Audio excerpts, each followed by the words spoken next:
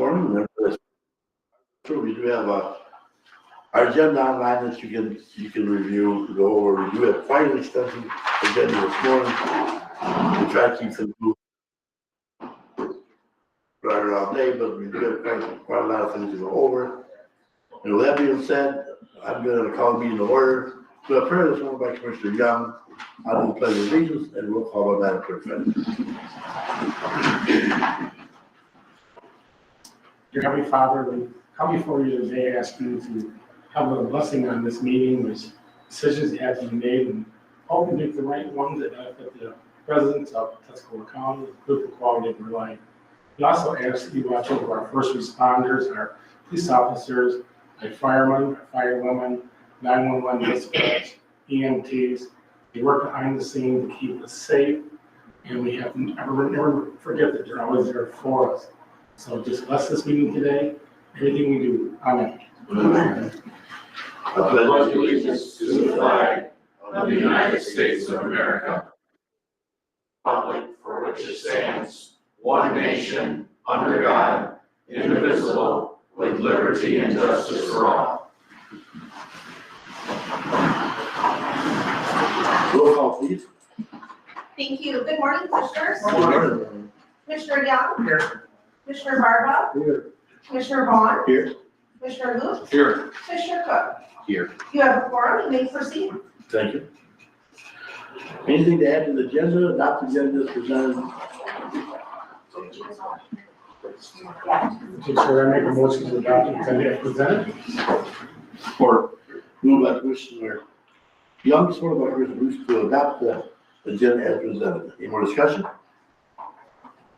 All in favor, say aye. Aye. Adoption agenda has been adopted. Action on previous meeting. Chairman, I make a motion to adopt the meeting minutes for the November 14, 2024 regular meeting. Support. Been moved by Commissioner Luke, supported by Commissioner Young to adopt the meeting minutes from the November 14, 2024 regular meeting. Any more discussion? Hearing none, all in favor, say aye. Aye. Minutes have been adopted. Public comment period. Is there public comment period for agenda items only? Is something on the agenda you want to discuss? This is the time to do it. We will have another public comment at the end of the meeting also, where you can address the board on any topic you want. But right now, it's brief public comment for the agenda items only.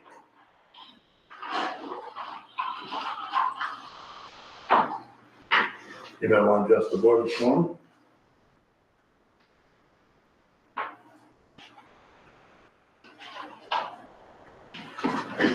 Let the record show that brief public comment was offered, and we had no takers.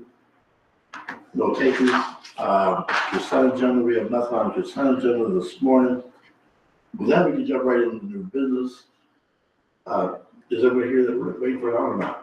No, Doc Shaver is not here. There's one person we're waiting on, so I've been asking if maybe we can move Andy up to number one.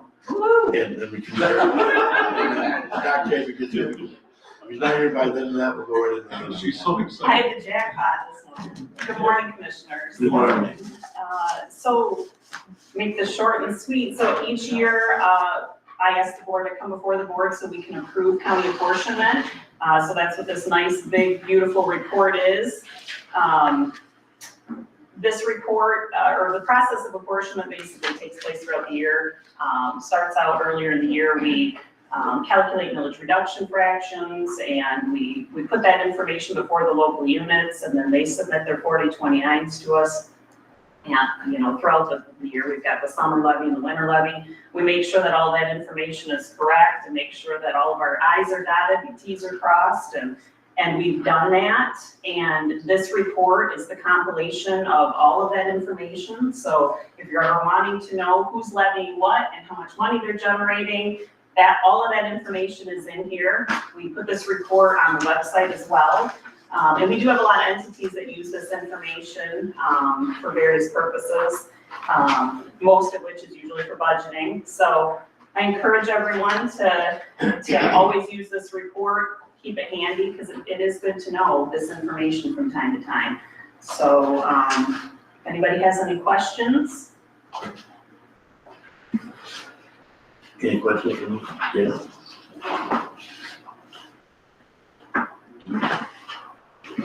Very well then.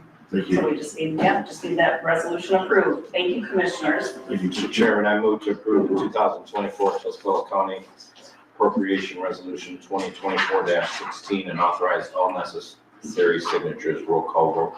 Support. The move by Commissioner Cook, support by Commissioner Young, to move to approve the 2024 Tuscola County Appointment Resolution 2024-16 and authorize all necessary signatures by roll call vote. Any more discussion? Thank you, commissioners. Commissioner Lutz, Yes. Commissioner Cook, Yes. Commissioner Young, Yes. Commissioner Barbell, Yes. Commissioner Vaughn. Yes. Motion carries. Thank you for that. Next, we'll move into a resolution honoring Dr. Maurice Chapman. Do you want to just do the motion at this point, because Mr. Chapin is not here yet, and he's probably about 40 minutes out. So you could make the motion now, and then when he gets here, do the presentation. Chapman, it's up to you. Would you rather wait? Yes, I would, please. Thank you. If you'd like to do the motion, at least we can Yeah. take care of that, and then we can pause when he does arrive for the actual presentation. Okay? Mr. Chair, I move to approve Resolution 2024-15 honoring Dr. Maurice Chapin as presented and authorize all signatures. Roll call vote. Support. The move by Commissioner Cook, support by Commissioner Booth, to move to approve resolution 2024-15 honoring Dr. Maurice Chapman as presented and authorized all signatures. Roll call vote. Thank you. Commissioner Cook, Yes. Commissioner Young, Yes. Commissioner Barbell, Yes. Commissioner Lutz, Yes. Commissioner Vaughn. Yes. Motion carries. Thank you. And we'll do that here as soon as we get everybody present. All right, move on to number 3, interviews for Control Administrator candidates. At 8:15, which we're a few minutes early, which is good. I'd like to introduce you to Jody Holbrook. Good morning.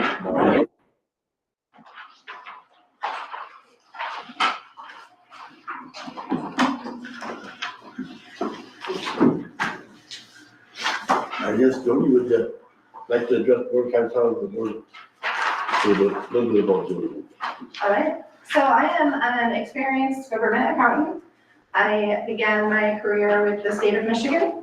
I have worked as a controller and a finance director for local municipalities. I have served a community with a population of 29,000 and a $40 million budget. So while I don't have experience at a county level yet, I have had similar financial budgets and population.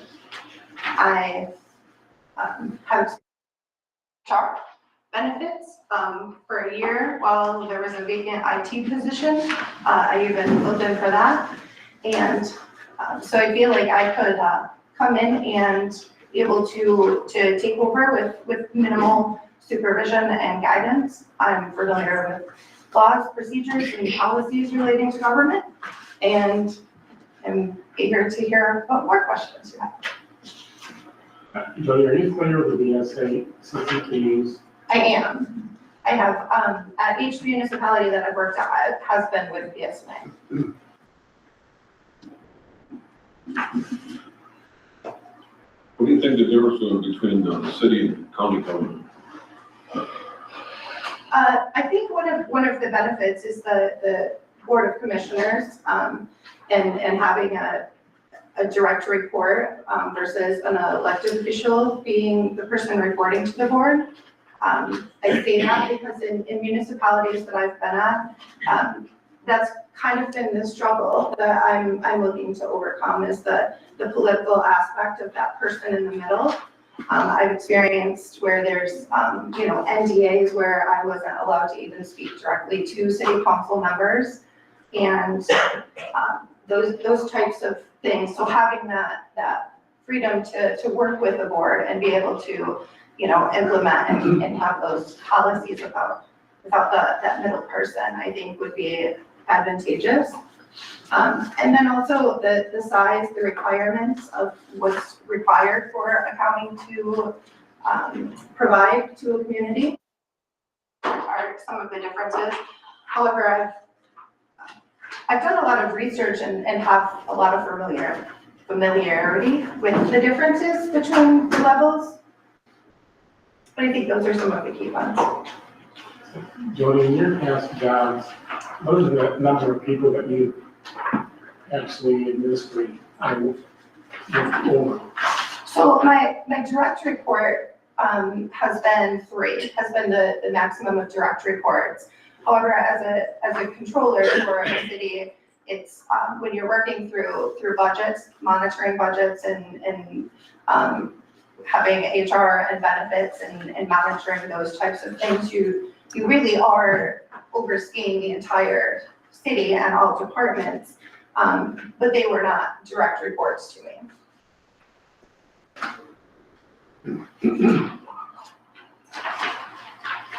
I was impressed with your resume. You have great amount of experience, especially in local government, and appreciate your coming in the interview. One of the challenges that we're going to have in the next 4 years is sustainability. Our budget, looking at our revenues, we are not sustainable at this point. That's got an excellent job of putting together a forecast, and unfortunately, the state revenue sharing and property taxes, we weren't able to keep up with it. Our renewals are being appreciated consistently. We've had this message for a number of years now, that we're going to run out of the window.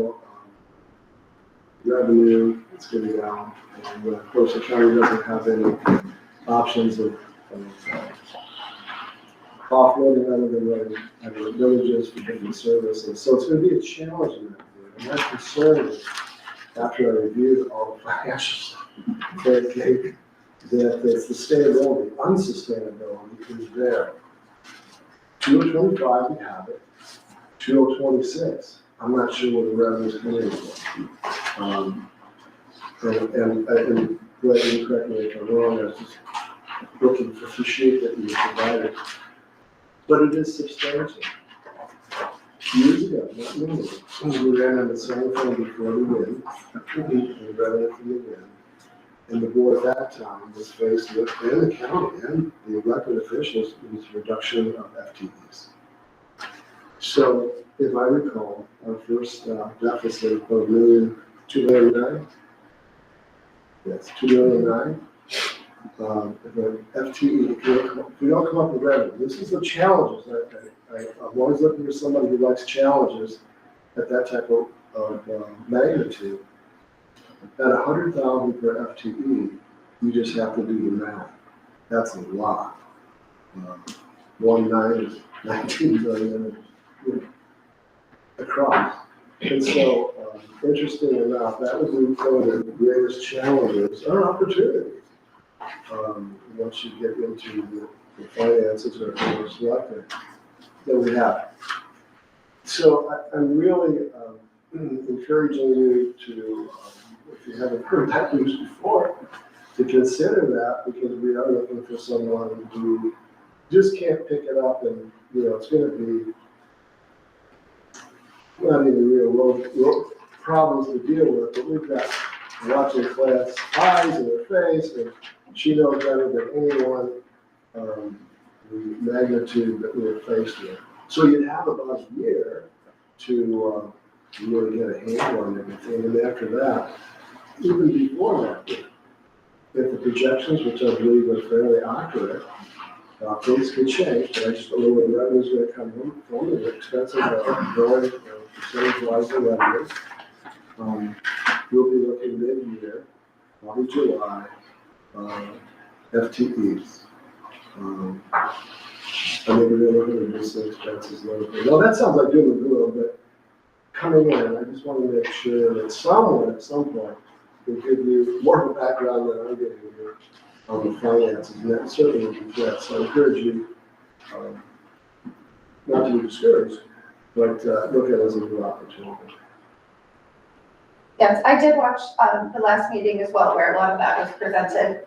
And I am up for a challenge. I think it would be a good opportunity to really look at each department in the process of learning it.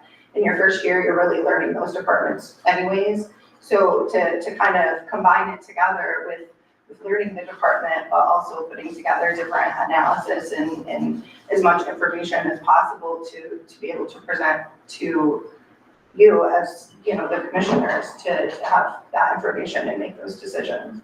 But also we'll have time to explore, funding options and any grants that could be missed or anything like that to be able to search for revenue and learn departments. And being that our labor, 60% of our budget, which is substantial portion, that's the major emphasis in terms of you're looking at ways to reduce expenses. Well, 60's here. We have labor unions, contracts, negotiations, and the other side of that is other things, but nothing like the labor. That's the only reason I emphasize. I didn't put a frightening scare in anyone, but the reality is, from a financial standpoint, you can see the headline. Well, I appreciate you saying that you did key in our last meeting, that was a good one. Jody, in reference, you mentioned grants. Do you have any experience in grant writing? I do. I have experience in the whole package aspect of grants, from writing to reporting and having audits through county grant fundings and stuff and through like CDBG grants and things to that nature. Also with SRF, the state revolving funds with DWRF and all of those for as far as from application to reporting and, when you're reporting projects that are, upwards of $15 million, it's pretty extensive. And then I've also completed single audits as well to go along with those. Thank you. You're welcome. Joey, what do you think the biggest asset you do with this job? I think it would be a combination of experience and attitude. I don't really feel like there's anything that I can't do. I have that positive attitude that figure it out, even if it's an unknown or things of that nature. It's there's a way to make things happen, and being able to be part of the team to put that together and make those things achievable. Jody, how would you keep the county commissioners informed of the financial status? Information, just communication, between, board presentations and giving you that, making sure that agenda items are there and with proper backup documentation and being present for questions. In any job that I've ever been in, I always make sure that everyone has my contact information, whether it be that I'm a department head or an employee. I have a reassurance to know that I'm always available for things, for questions, and really just communication. So you do know that as our court administrator, you got 5 bosses. We're all sitting here this morning. Yes. Jody, again, piggybacking on what Commissioner Bardwell said, if it should become necessary, which it might, to reduce the budget, how would you proceed in developing your recommendation as to what should be eliminated? Again, part of that, like getting to know departments and knowing, the functions, the staffs, the roles, while I'm learning that, to be able to simultaneously put that information together of, what are the portions, what are the amounts that are required, versus what are things that are optional, and then, how things affect the communities and being able to present it all together. Thank you. So how do you see your first 100 days in this job? What do you hope to accomplish? Well, I think first would be to learn how to distinguish myself from the clerk. And about 5 times this morning, I heard Jody, yeah, yes. Cameron, I like your first names. I think it may be a challenge for us, it will be easier for you. Everyone is just Jody. And, but other than that, I think just learning the processes here and the procedures here. And, I don't want to assume procedures in ways that I've known them before. I want to learn what works here and learn the historical portion of that. I also am, I'm actually available to start anytime and would hope that I would be fortunate enough to have time with Leah before her departure, because that's, you know, when you have over 30 years of knowledge that's leaving, you know, is an invaluable thing. It's possible to do so without having that. It's just always a slower process. So I think that would be part of the challenge too, depending on that 100 days. If I was able to have a handover, or if it's, you know, just trying to muddle around and find things and figure things out on my own. So do you have a plan to meet with the department heads like on a regular basis every quarter? How would you get information back from the department heads to you? You know, I'm sure that there's a system that's set up, and so I wouldn't want to come in with my own idea of how we're doing this. I'm sure there's a way that works for other people, and so again, learning the process of how it's working, and then make adaptations from there. You know, it may be something that I feel is more than necessary, and it may be something that I feel is you know, not getting enough information, or I don't feel as though there's enough communication, and so making those adjustments from where I learned of how the procedures are existing. I don't think we have a policy at all, do we? No, meeting the department heads or on a regular basis, or, so that's one of the things we need to get more feedback from the department heads. Yeah, obviously they're the critical part of, you know, the function, so I would assume I would have, you know, a lot of communication and information from them. I'm not sure if there's standard meeting times now, or if it's you know, as needed. I don't know what the current structure is, but following along with that and then making the adaptations as to what is needed. I guess what I'm trying to say is we're going to put a lot of responsibility on your shoulder, because this board is only as good as the information you pass on to us. If there's a void there, that can't happen. We have to know what's going on and how. And in the places that I've worked at before, that is something that I have seen happen. And it's something that I've seen as a problem. And so I'm excited to have an opportunity to eliminate that part and be able to have that open communication and actual full transparency of things. To, you know, I don't expect anybody to make decisions without having information, and accurate information is going to provide you with the opportunities to make the best decisions. So that being said, Clay's always spoiled us with charts and graphs. How do you feel about charts and graphs? I could do charts and graphs.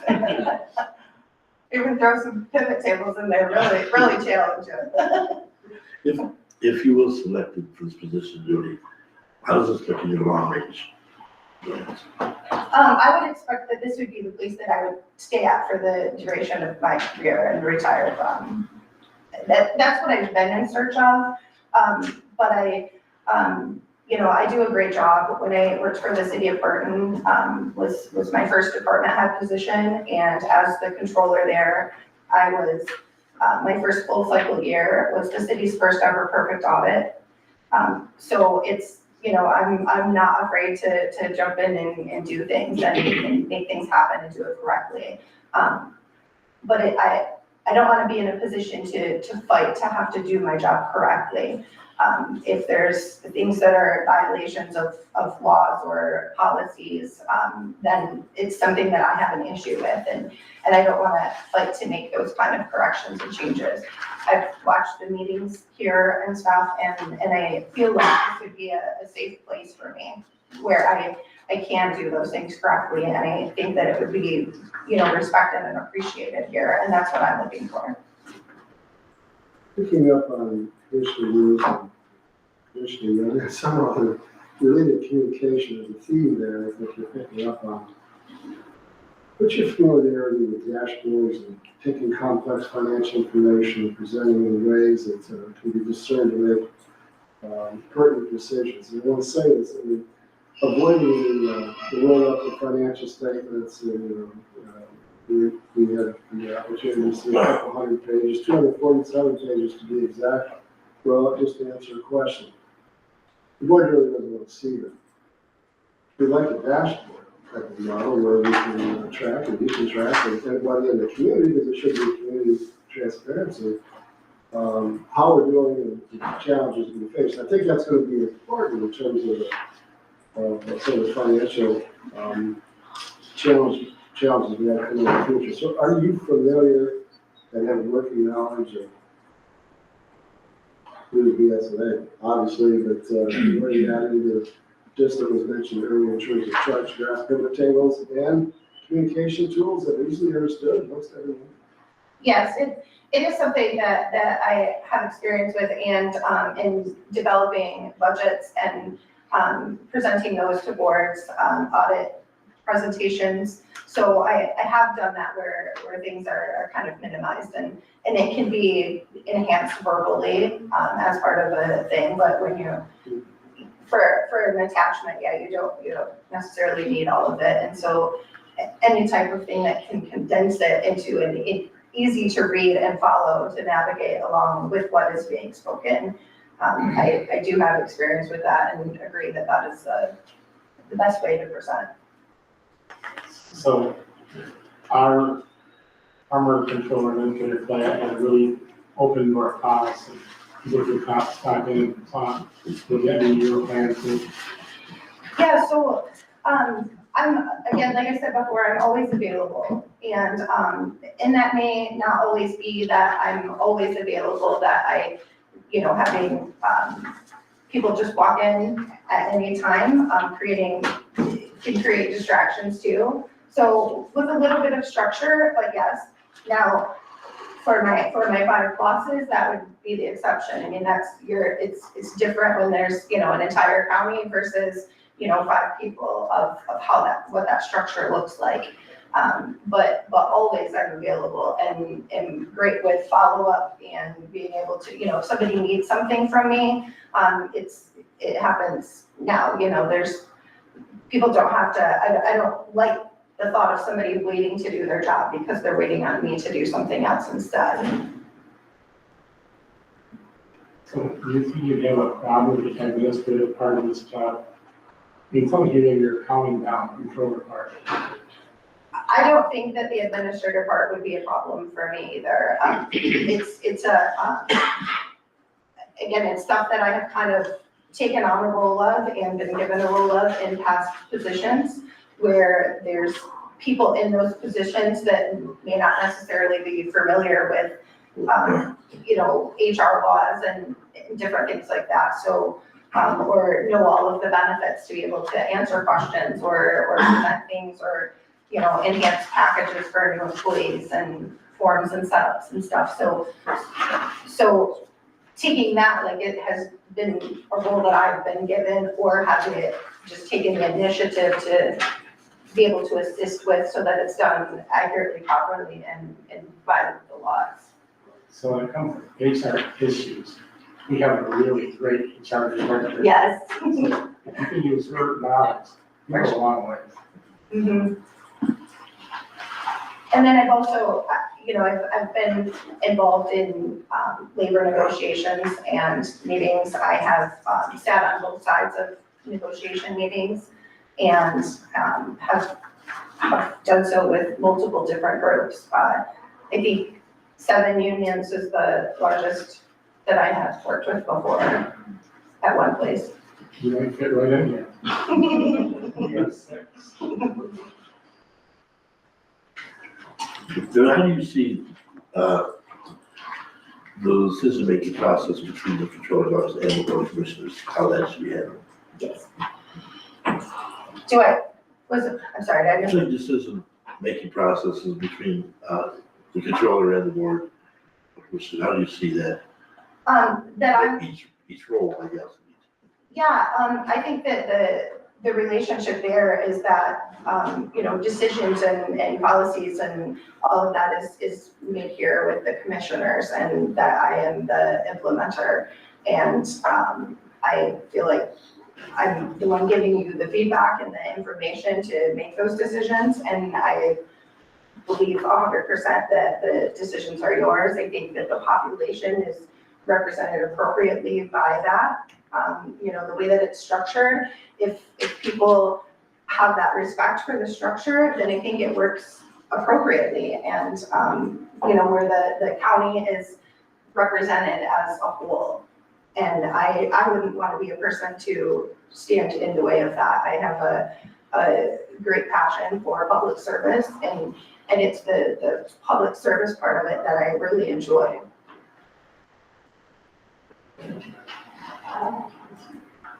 And my only follow-up question is, we really got spoiled by that, in our control administrator. She kept us on track, kept us informed, and never had to go to the first grocery store and say, hey, I heard the county is doing this. It's like, really, I didn't know anything about that.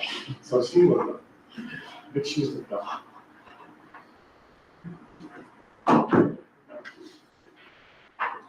Any questions for us?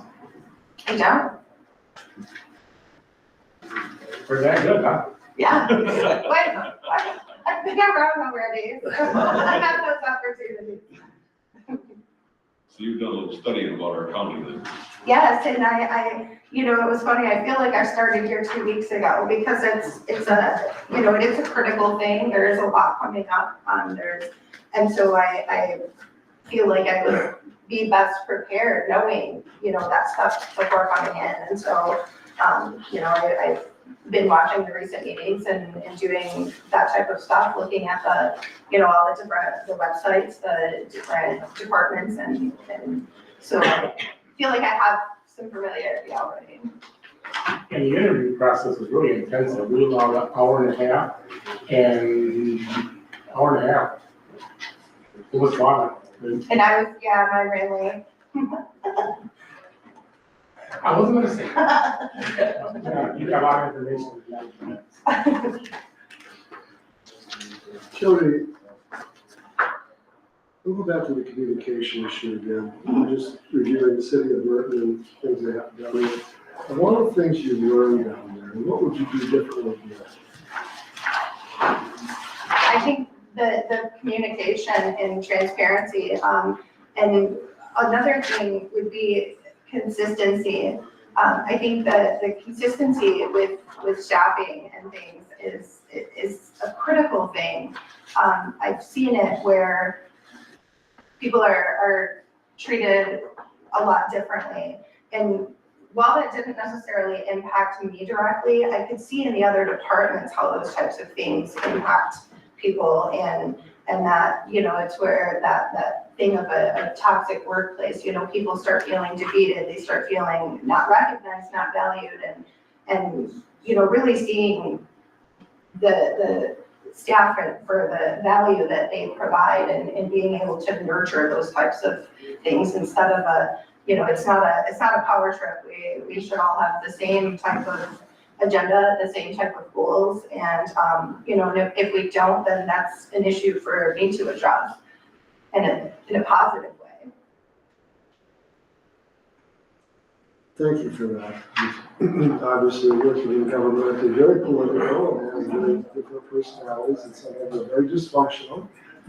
And I guess in terms of your years of experience, especially in the political arena, we usually come up with 2 or 3 things. I'll never have that happen again. That's what I was looking for. Does that bring anything else to mind?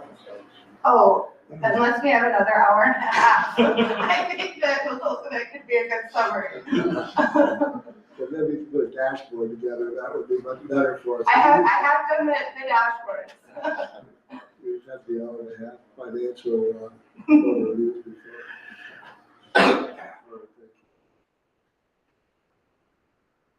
Yeah, I think I'm gonna ask some questions. Every time I ask you one, I have to look at the HR director. If she rolls her eyes, it's like, so I was good.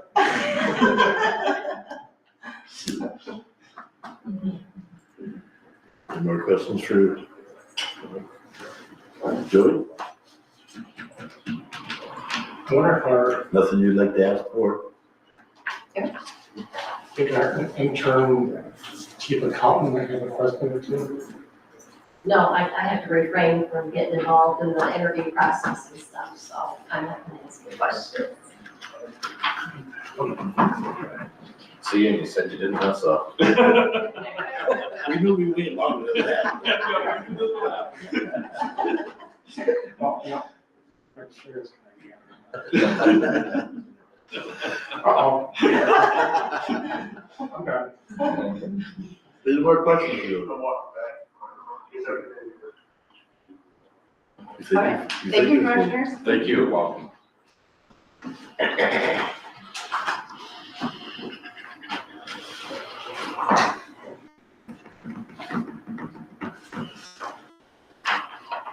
Have a good day. Thank you. I'll probably be back in a little bit. At the I corner, believe we're still waiting for Mr. Chapin, and then I believe we're still waiting on Ms. Mahalik. So if you Yeah. wanted to proceed forward to number 4, I think that would be the best course of action to use our time this that's morning. what, that's where my next thing was headed. Great, thank you, Chairman.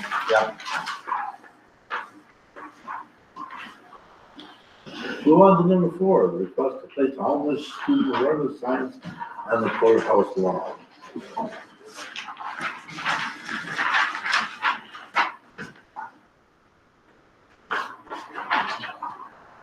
Mr. Chair, I move to approve the placement of homeless student awareness signs on the courthouse lawn from November 27th, 2024 until January 3rd, 2025, as requested by Angela Hines with the Tuscola County Intermediate School District. Support. It's been moved by Commissioner Cook, supported by Commissioner Roots, to move to approve the placement of homeless student awareness signs on the courthouse lawn from November 27th, 2024 until January 3rd, 2025, as requested by Angela Hines, the Tuscola County Intermediate School District. That is the motion and the discussion. All in favor, say aye. Aye. Motion has been approved. Move on to number 5. Support for the House Bills 4274 and 4275 Revenue Share Trust Fund, Commissioner Bartle. This request came, from the broadcast, I would believe that everyone has gotten an email related to it. Is that a yes or no? Yes. I'm hoping so, either from Clay or from Mac, and that's a forward university for it. Mac was doing a broadcast across the different counties. And it was pretty self-explanatory, obviously. In a recent meeting with Mac and finance, a lot of things are insuring down financing, as you might be well aware of, and this is one of them, and it's not very high on the list of things to address. It was stated that the priorities is to whatever the governor's economic development package is, but no one really had a whole scope of what that really meant. It's gonna be a bargaining chip to get anything else, and among other things I could report to you later, but this was part of, they wanted the support to get the guarantee, to get the revenue sharing passed. I think they might have it, but obviously there's a difficulty getting everyone back in the session, unless they send out the officers to pick them up. So I'm not exactly sure what's gonna happen, but this is just a major effort that's asking the county to support any individuals and anyone in public government related to revenue sharing. As you heard me say earlier with Joey, that is one of the key revenue sources that the county has. And there's never been a guarantee that we've been talking, listening, wondering about this for some time. So based on what you're asking for, I think we should support the resolution. Do we have that resolution? Do we have that attached? Yeah, the letter is attached. Matt also has a podcast out there for this information, and we should agree on it as well. I watched that podcast, it was very good.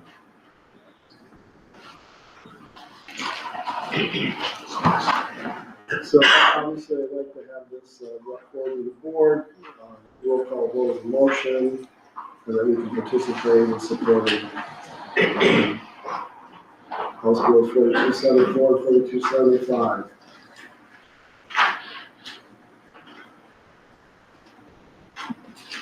Mr. Chairman, I move to support the letter of Gretchen Wood and urgent support of the House Bill 4274 and 4275, creating revenue sharing trust funds, and all signatures are authorized with a roll call vote. Support. Moved by Commissioner Roots, supported by Commissioner Barwell, to move to support the letter to Honorable Gretchen with the urgent support for House Bills 4274 and 4275, create a revenue sharing trust fund, and all signatures are authorized with roll call vote. There's no any more discussion. Okay, roll call vote, please. Thank you, Commissioners. Commissioner Barnwell, Yes. Commissioner Luke, Yes. Commissioner Cook, Yes. Commissioner Young, Yes. Commissioner Vaughn. Yes, Motion carries. Thank you. thank you. Move on to number 6. General fund additional appropriation to the animal shelter fund for the 2024 budget year. Claire, that was there. I want to point you to page 72 of your agenda, where I found that the actual 24 amended budget in the animal shelter does need correction. It's in violation right now for compliancy because your budgeted expenditures exceed your revenues. Looks like 2 things, maybe 3 things that caused that to happen. One was our health insurance action that we recently had. It caused an increase of almost $26,000 in their expenditures. So to shore that up, given the restricted revenues that they have, that you would have to increase a general fund appropriation in 24 of about $30,000 to get it back into compliance. That's also gonna help in all funds when you look forward into your 25 budget. You're starting to start the year with approximately, I think, maybe $18,000 in fund balance, so or less. It's gonna shore that up. So it's something that has to get done because of the compliancy issue. The only other way would be to reduce expenditures in there. And also, in 24, brought that truck and equipment in. General fund was adjusted to the PGS fund balance, formerly known as PGS fund balance, was used for that truck as well. So it was 2 big things that happened. You know, the truck, the health insurance increase, work comp increased there substantially too. So it kind of pushed them over the edge because it's always a tight budget. So I guess that's what I'm looking for. To get this corrected. Obviously, that will come from your reduction in your beginning fund balance for 24 that will have adjusted going forward. Chairman, just a quick question. Which was 149,000, that. What was the fund balance, which was minimum 143,000? Well, no, this would be coming from, it's 24, so we're starting 25, and we start counting down. So this would reduce your beginning fund balance in 25. The 25, I see it right. Yes. Well, the first one I asked is, looking at the revenues for animal control, and there was a bit of concern with many discussions for previous years. It's not generating any revenue that I can see here in that revenue column, especially all the discussion we had related to citations and the possibility, which we see in so often on the Facebook ads, the people that gather concerned about things that's happening. What's the current state of any prosecution or any revenues related to animal citations, whether it be cruelty or actually dogs is usually the most lack of license. Is there anything that you can comment on? Because this is going to be an ongoing contributory in the future. Well, I don't have a direct link. All I know is that there are a lot of things that are brought before the court and they're thrown out. And then so people are fined and not having to pay the fine. So for whatever reasons, that's, causing that, $10,000 that we anticipated to be more like $5,000. So they are out there, they're writing their citations, they're moving them through. And then, of course, if it's criminal versus just an ordinance violation, there's 2 different things going on right now. So, yeah, they do seem to be kind of flat. Is that district court? I guess I can't speak for that if I believe it is, but I can't say for sure. Okay, I'm going to delay, but we ought to find out what the situation, because there's a pattern here over the years that we've discussed. And again, this is gonna be a service unless it's a village or something, that's gonna be contributory. Do that. You present that based on what you're seeing? Yeah, I mean, there's a dependency that we was hoping that would eventually, of course, we did assist with the truck and that was a bit of an uptick of about 50,000.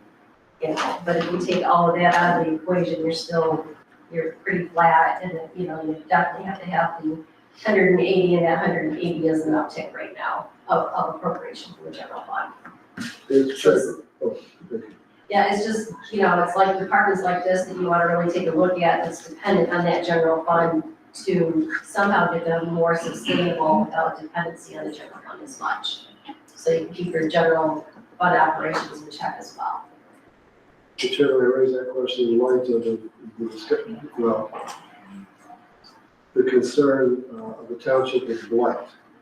And it sounds like much of the same type of situation where there's no enforceability, and that's, I just wondered if there's a pattern, and I think for the board, we need to find out what is the basis of it, right, wrong, or different, just so that we. Well, I'll give you an update on that. Last Monday, I guess they come to an agreement on how to get things done. And Tuscola Township was very happy with what happened. So I think it was a lack of communication and yeah, I think the courts they're working with the townships now, which I'm really glad to hear. So, but getting back to the animal control, I think our previous administrator, I think this board remembers, he said we were flush with money with the animal control, everything was good. Now, I don't think that's animal control's fault. If anything, it's this board's fault. You know, he's in a bad spot, we gotta fix it. So I don't, Commissioner, I'm not sure about it's the board's fault. The board can only act as what you mentioned earlier, and the information that's given. Yeah. Well, And we were given across the board, card plot how well we're doing. But needless to say, I'm just raising that issue because of the township. but I think that's taken care of, I think, and I'm hoping that's move forward good. Thank you. I think Commissioner Lewis is right on the money. We approved this. We thought the animal control had enough money to cover this. But we were not told all the information. Well, what did we approve? We gave them like $30,000 for working part-time to a full-time employee. Well, that was before previous control, wasn't it? Sure. That's what I asked, and they said, we got lots of cash, so. Well, these would say, whatever happened. Yeah, needless to say something, we can't address it We're gonna see it in the future. in the future, that's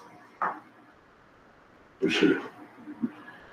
For right now, we do have a motion on the table that have to be dealt with first. Mr. Chairman, I move to approve the 2024 general fund appropriation of $30,000 to the animal control fund 239 and all appropriate budget adjustments in the journal entries be approved. Support. So moved by Commissioner Roots, support by Commissioner Young, to move to approve the 2024 general fund appropriation of $30,000 to the animal control fund 239 and all appropriate budget amendments and journal entries are to be approved. Any more discussion? Hearing none, all in favor say aye. Aye. Motion's done approved. Okay. I believe everybody's here now. Yes, Mr. All right, Jenkins we're here. gonna jump back into, number one in the new business, we may, the resolution. We're back to Maurice Chapman.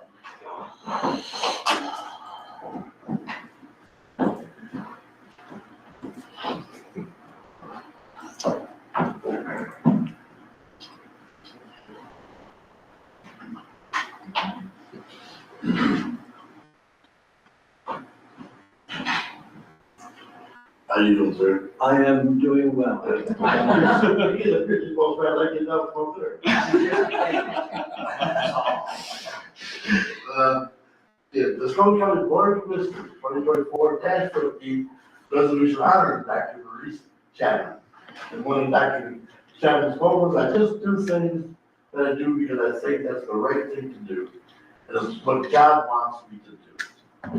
Wherefore, Dr. Maurice Chapman, known by all as Doc, Associate Chaplain for the Tuscaloosa County Sheriff's Office, has been a respected volunteer and retired from the dedication position with Reach the Forgotten Ministry. And wherefore, Dr. Chapman spent 4 years in the U.S. Army, including a family practice at the U.S. Army Hospital in Fort Knox, Kentucky. And he then practiced medicine in Wilmington from 1961 to 1999 when he retired. He had done little to slow down his life of service to others.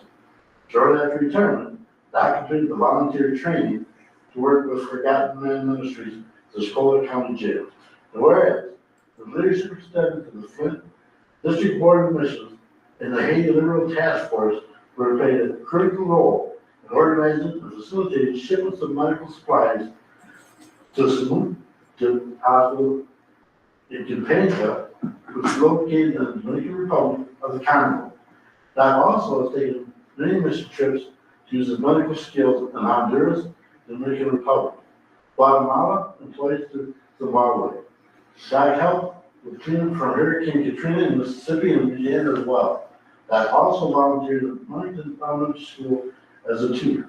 And whereas Doc and his wife, the late Beverly Gould Chapman, a CNU alum, raised 6 children, established the Beverly A. Gould Chapman Endowed Music Award in memory of Beverly, and was a music teacher. And in 2007, he established the Dr. Maurice H. Chapman Pre-Medicine Endowed Award for the pre-med student at Central Michigan University.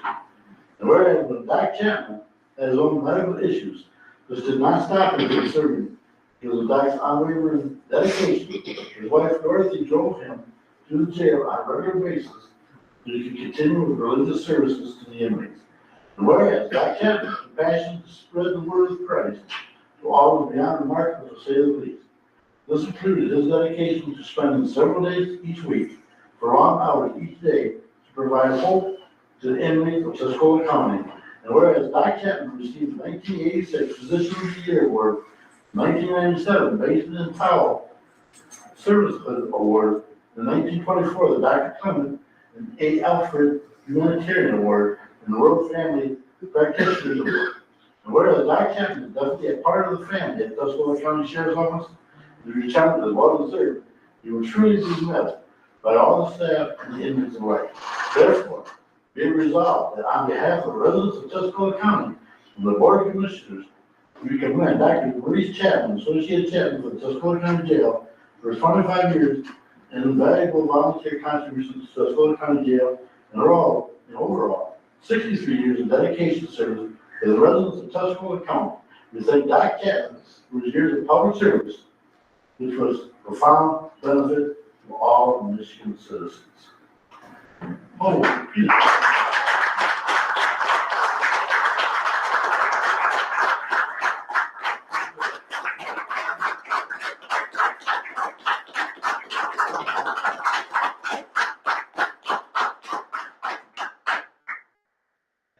I thank you all for this, and I apologize that I'm late holding you guys up, and for all of you folks that.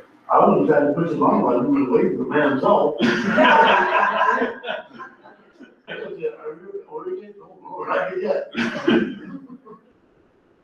So anyway, my wife and I were just in the middle of our devotions, and we had read Colossians, the first 17 verses, and it said in there, one of the things it said, forgive each other for their faults. So I hope you forgive me for that. We forgive you that, Kevin. For the Board of Commissioners, all of us here, well deserved. And it's been a pleasure for me to work up at the jail. And I also spend a lot of time writing to people who have left the jail and gone to prison, and write them letters. And so anyway, people ask me, are you through with the jail ministry? Well, yes and no. Yes, I no longer go to the jail, but I am involved by writing letters still to the men and women who have gone to prison. And I've got two right now that I'm affiliated with that are back home after they've served 6 or 7 years in the jail, in the prison. So I'm still involved. Good work, man. Good work, man. Thank you, Thank you very much, sir. thank you.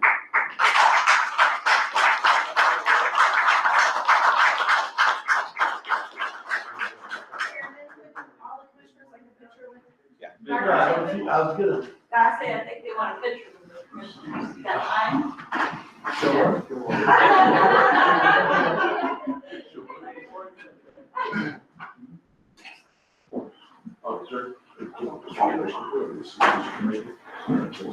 You're still pretty sharp as a cat. Where do you Hi. How are you? I'm doing fine.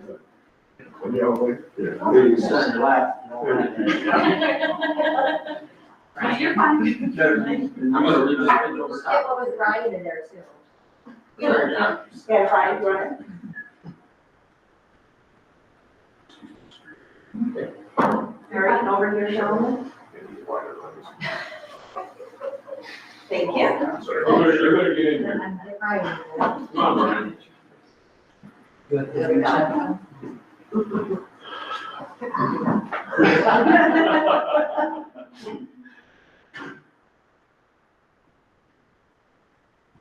Stay right there, stay right there. Oh, stay right there. Kenny? No, Kenny, how much get in here? Oh, you gotta put it out. Hold it back. Yeah, me too, go over it. Or Bill, you need to go in front of you. Good job. And the gentleman over here. Thank you. Congratulations, Doc. Thanks, Appreciate you. Thanks, Sir. Good to see you guys.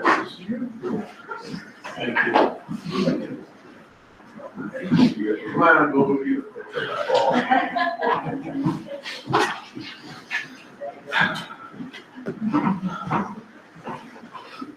Thank you, Commissioners. Thank you.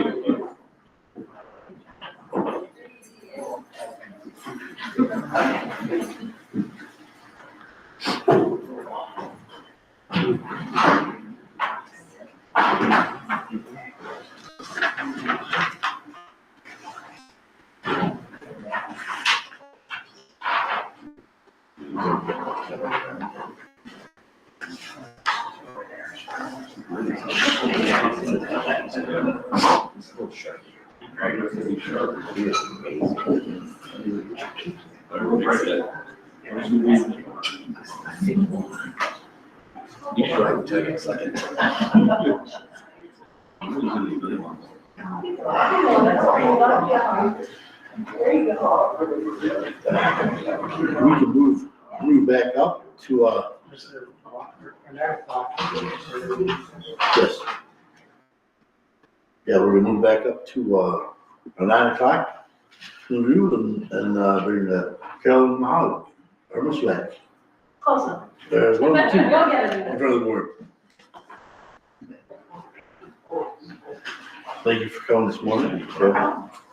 And I guess before we get started,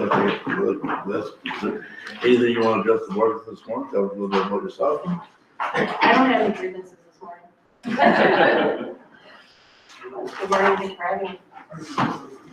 Happy early Thanksgiving.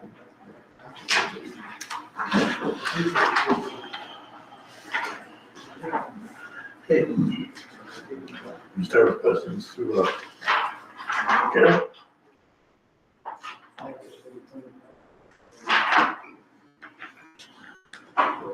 just want to get started here. What do you think it is that give us the test, you're going to test for power?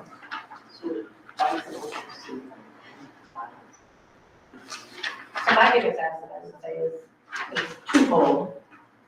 and that I've got a multifaceted, I've got lots of experience in different arenas, from the administration side, financial side, as well as I'm a lifelong learner, so I'm always willing to learn. I think training is important. I think I mentioned my first interview, I finished my SHRM certification.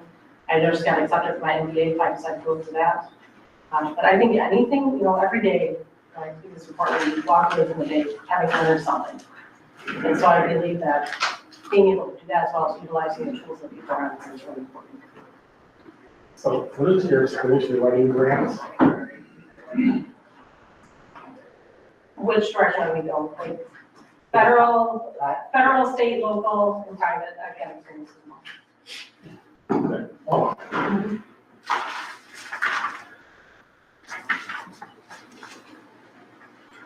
next question while I'm doing, asking, how much experience do you have with negotiating contracts with labor contracts? With labor contracts, I was a union steward for the state, when I worked for the state, back in my heyday. And then obviously, when I was in the I'm in the nonprofit sector now, but we had lots of contracts with La Casa, with different organizations, and with people specifically that we had to negotiate wages and different benefits as well. That weren't necessarily union, but my union background comes from the state. I'm sure you had experience with BSNA. Mm-hmm. Yes, because we actually switched that when I was here, and then we utilized that at La Casa as well. So how do you see your first 100 days on the job? A lot of listening. I think that, like I said, you don't learn anything with your mouth. A lot of listening, a lot of questions. And a lot of, I think it's important as well that you have priorities that have been set as far as what's due when, so that you know that you're covered and that you're able to develop a time frame for when things are due, and so that there's a general, like I would say, the overlap goes smoothly. That's all the questions I'm allowed to ask. You're allowed How do you keep the county commissioners and other officials informed of financial status of the county? I apologize, I have cough drop, I'm just a little pneumonia. Having those crucial conversations when you're first brought on about how people learn, how people want to be communicated with. Mr. Barwell, you might want an email every single day, while Mr. Vaughn, you might want a phone call once a week. I think being able to understand what everybody's style is and what they want to be informed of and how they want to be informed of is important. So it's not necessarily what works for me, but what works with the people that I'm trying to communicate with. And how would your open door policy be for us? On the spot, just drop in. Come on in, call me. Come to my house, whatever. However the problem needs to be solved or what we need to talk about. I usually go to the house, but always about dinner time. Yeah. I cook, so that's. And they plus the chicken legs too. So, I mean, I think that you just have to make yourself accessible. And, if you're able to put out the little campfires before they become huge bonfires, that's definitely the way to go. So trying to stay ahead of the game with any issues that arise and making sure that everyone is attuned and it's transparent so that, like I used to say when I used to present in front of you, I want you to be able to walk out of here and be able to have a working understanding of whatever we're talking about. So if somebody corners you, you know what's going on. You're able to verbalize that.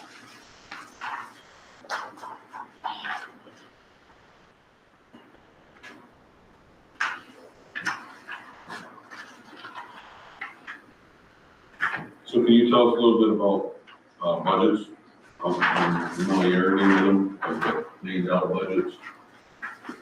So I'm going to go way back here to 2013, 2014-ish, when I was with the state in 4E. So 4E deals with placements and making sure that people are following the requirements of state federal policies with funding and placements. And I also work with the Child Care Fund, which is through the Court of Trio. I'm Hopewell, pretty versed in Child Care Fund. And so I worked with all 83 counties, making sure that they were developing their budgets, everything followed the constraints and the requirements of state and federal guidelines and policies. And then when I came to Tuscola, obviously with courts, we worked with budgets and on budgets and making sure that allocations were made appropriately, that we could project out whatever issues that we have, as well as be able to problem solve and troubleshoot any downfalls that may be outstanding. So at La Casa, I was dealt with state, federal, local, and private funding.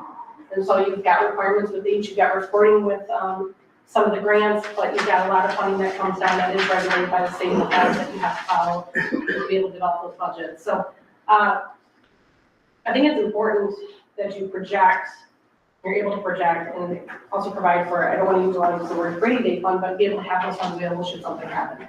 Should you have to hire new staff, should you have to train other staff to be able to provide for the conservancy of the department and whatever that they might need. So I think having those conversations rather than just waiting, I think everybody, I know a lot of the positions I walked into is like a dump job in June and July, they're trying to throw a budget together. But I think having those conversations throughout the year with your department heads and saying, what are your needs? How can we make that happen? And they understand the constraints of the county. I think it's twofold. So, they want to bring in 5 staff. Well, how are we going to make that happen when we've only got $10 in the bank for it? So just piggyback off that, if it should become necessary to reduce the budget, how would you go around, see what the priorities would be then? With the departments? Yeah. I think when there's a reduction. Capital expenditures. I would Right, go- absolutely. I think you have to be transparent with the department heads about what's available, so that they know, like, if X, Y is being asked for, that it's just not an option. So that if they want to realign their budget to be able to make it happen, or if there's something that they can do, I always like to lean back on the department heads, because they know what their needs are more than I do. And I think that they're able to project what's coming down the road, on a more micro level than what I would be looking at. So I think having those conversations, but you have to be transparent with what's available and where cuts are going to be made.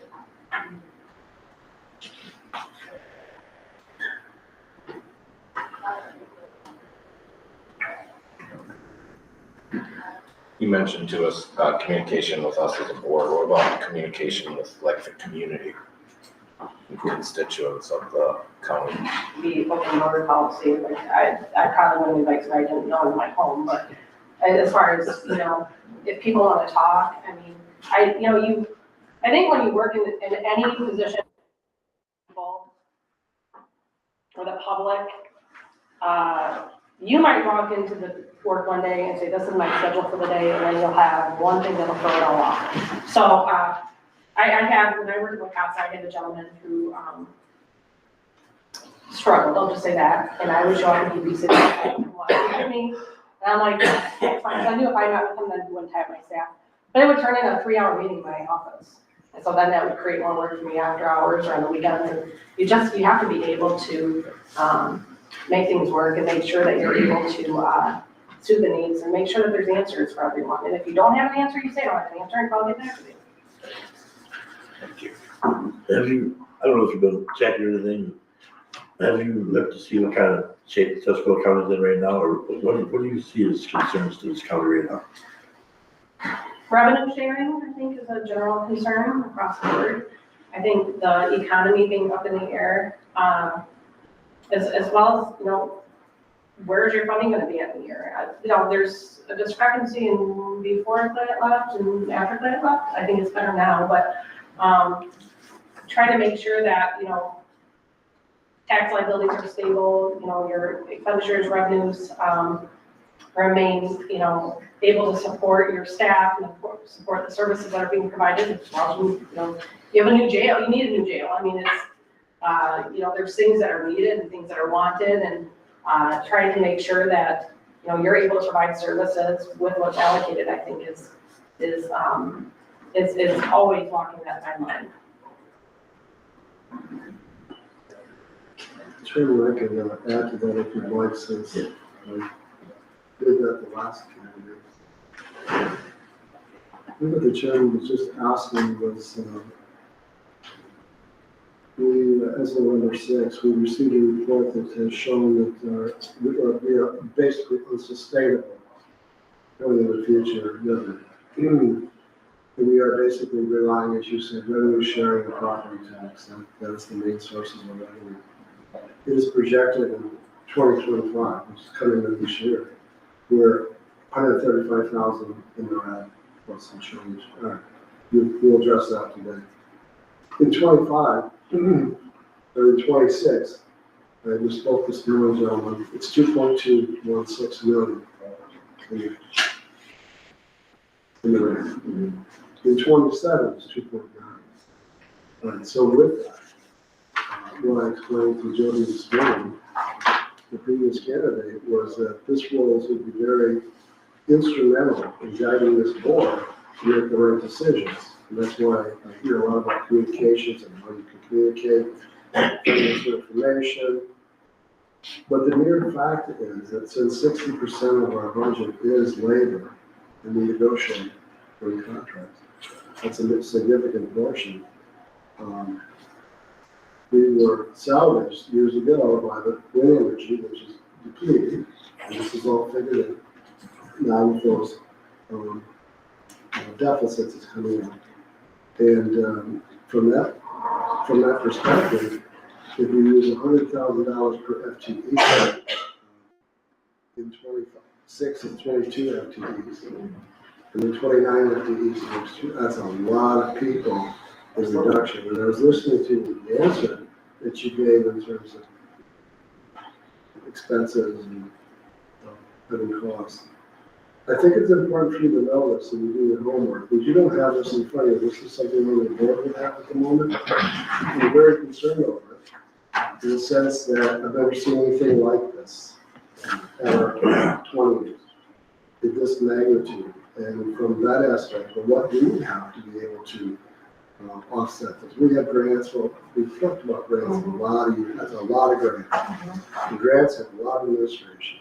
If you learn that from the EUC, I think we probably should have some lessons learned there. Other than villages, and I'll do a discussion as well today.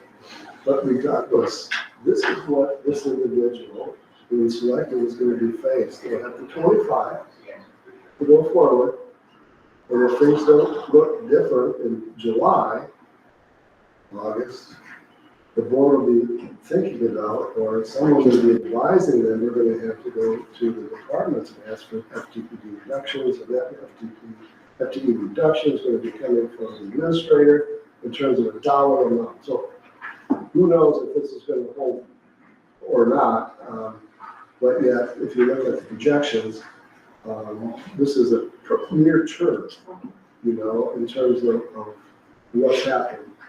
Expenses are percentage expense increases, inflation is above.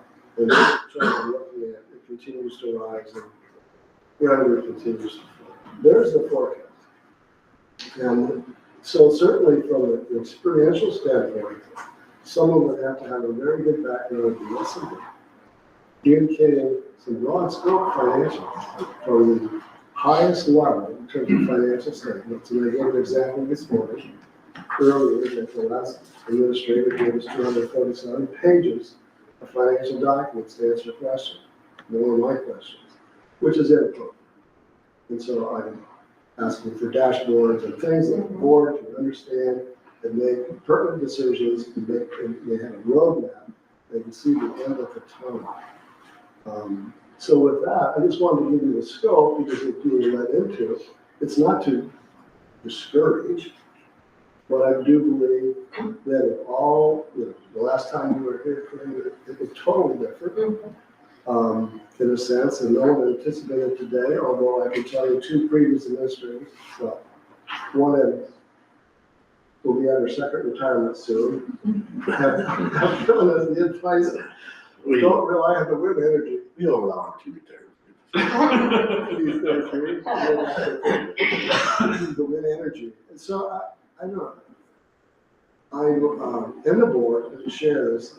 I've got a lot of experience in finance, and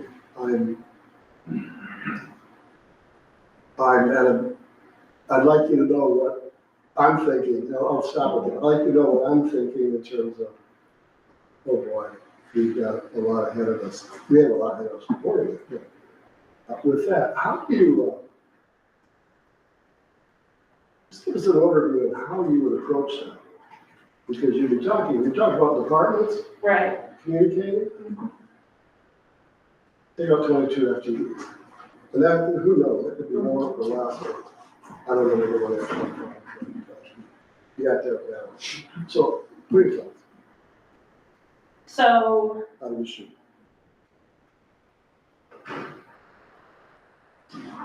well, I think you let me out of it, so I think we're good there, because you just shared it with a bunch of department heads here, right? But they, you know, when I think about creative problem solving and how to be able to find, you know, when you have a dollar amount and making sure the departments are working within their scope as well as with each other, I think is important as well. And like you said, grants only cover so much, to be able to find those, and then, you know, you notice when you have this influx of money, that all of a sudden now you're on the back end of it, you know, a year later of, what the future is. But being able to have that as well as what you're projecting out, I mean, that's where I think you have a strategic plan for this county, and I think it might need to be reworked if you have that much of a downfall going on, just to see how you can meet those goals, either within the departments or financially, to be able to set a scope as well. When we talk about dashboards, you know, developing dashboards as well as with timeframes to be able to meet them. And so, you know, you really have to go kind of day by day. I think you do have to plan for the future, but you also have to plan for now. First thing I do if I got that information, I'll probably sit on it for a little bit before I do anything. But I think that's just, you know, if it's day by day or minute by minute, meeting with them and having those they're crucial conversations and difficult conversations, and figuring out where their strengths and barriers are with what they're willing to do.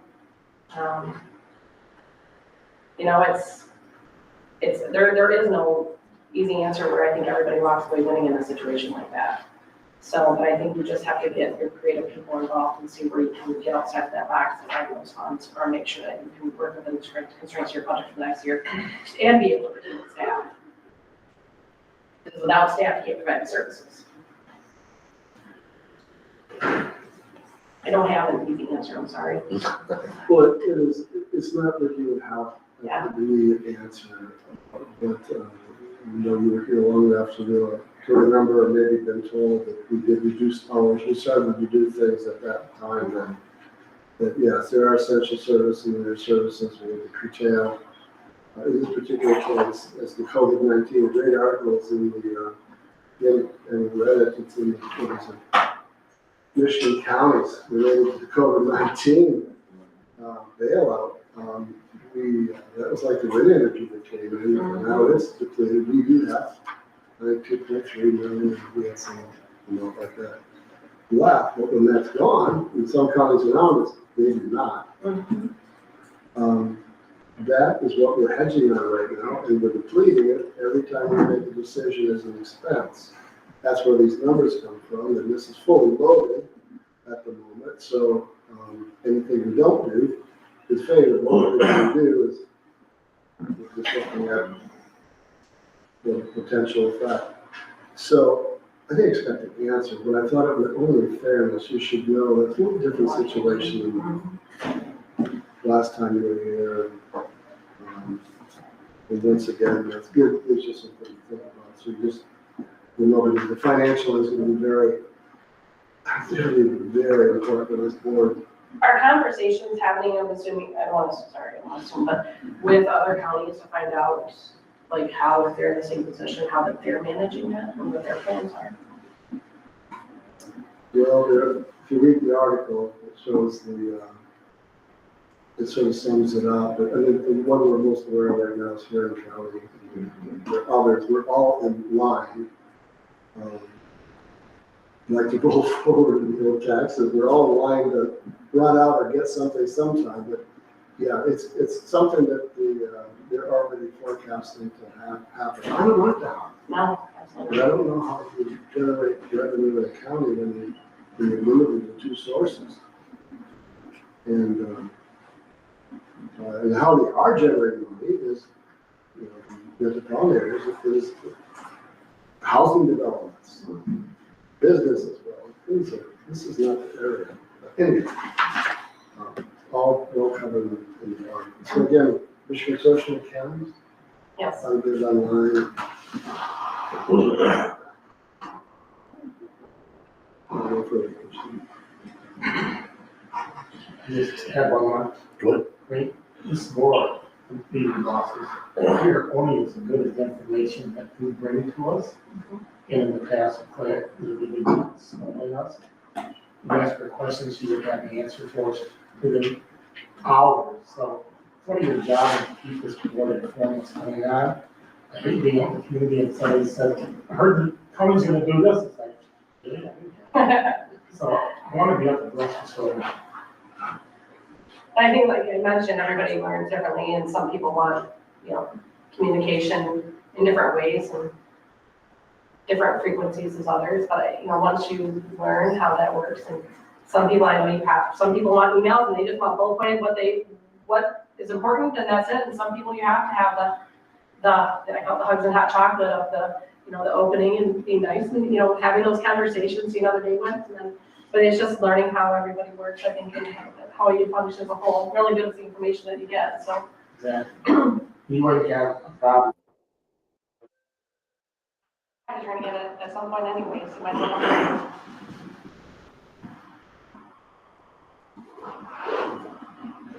Do you have any questions for us? No. I drilled them pretty good in my first interview.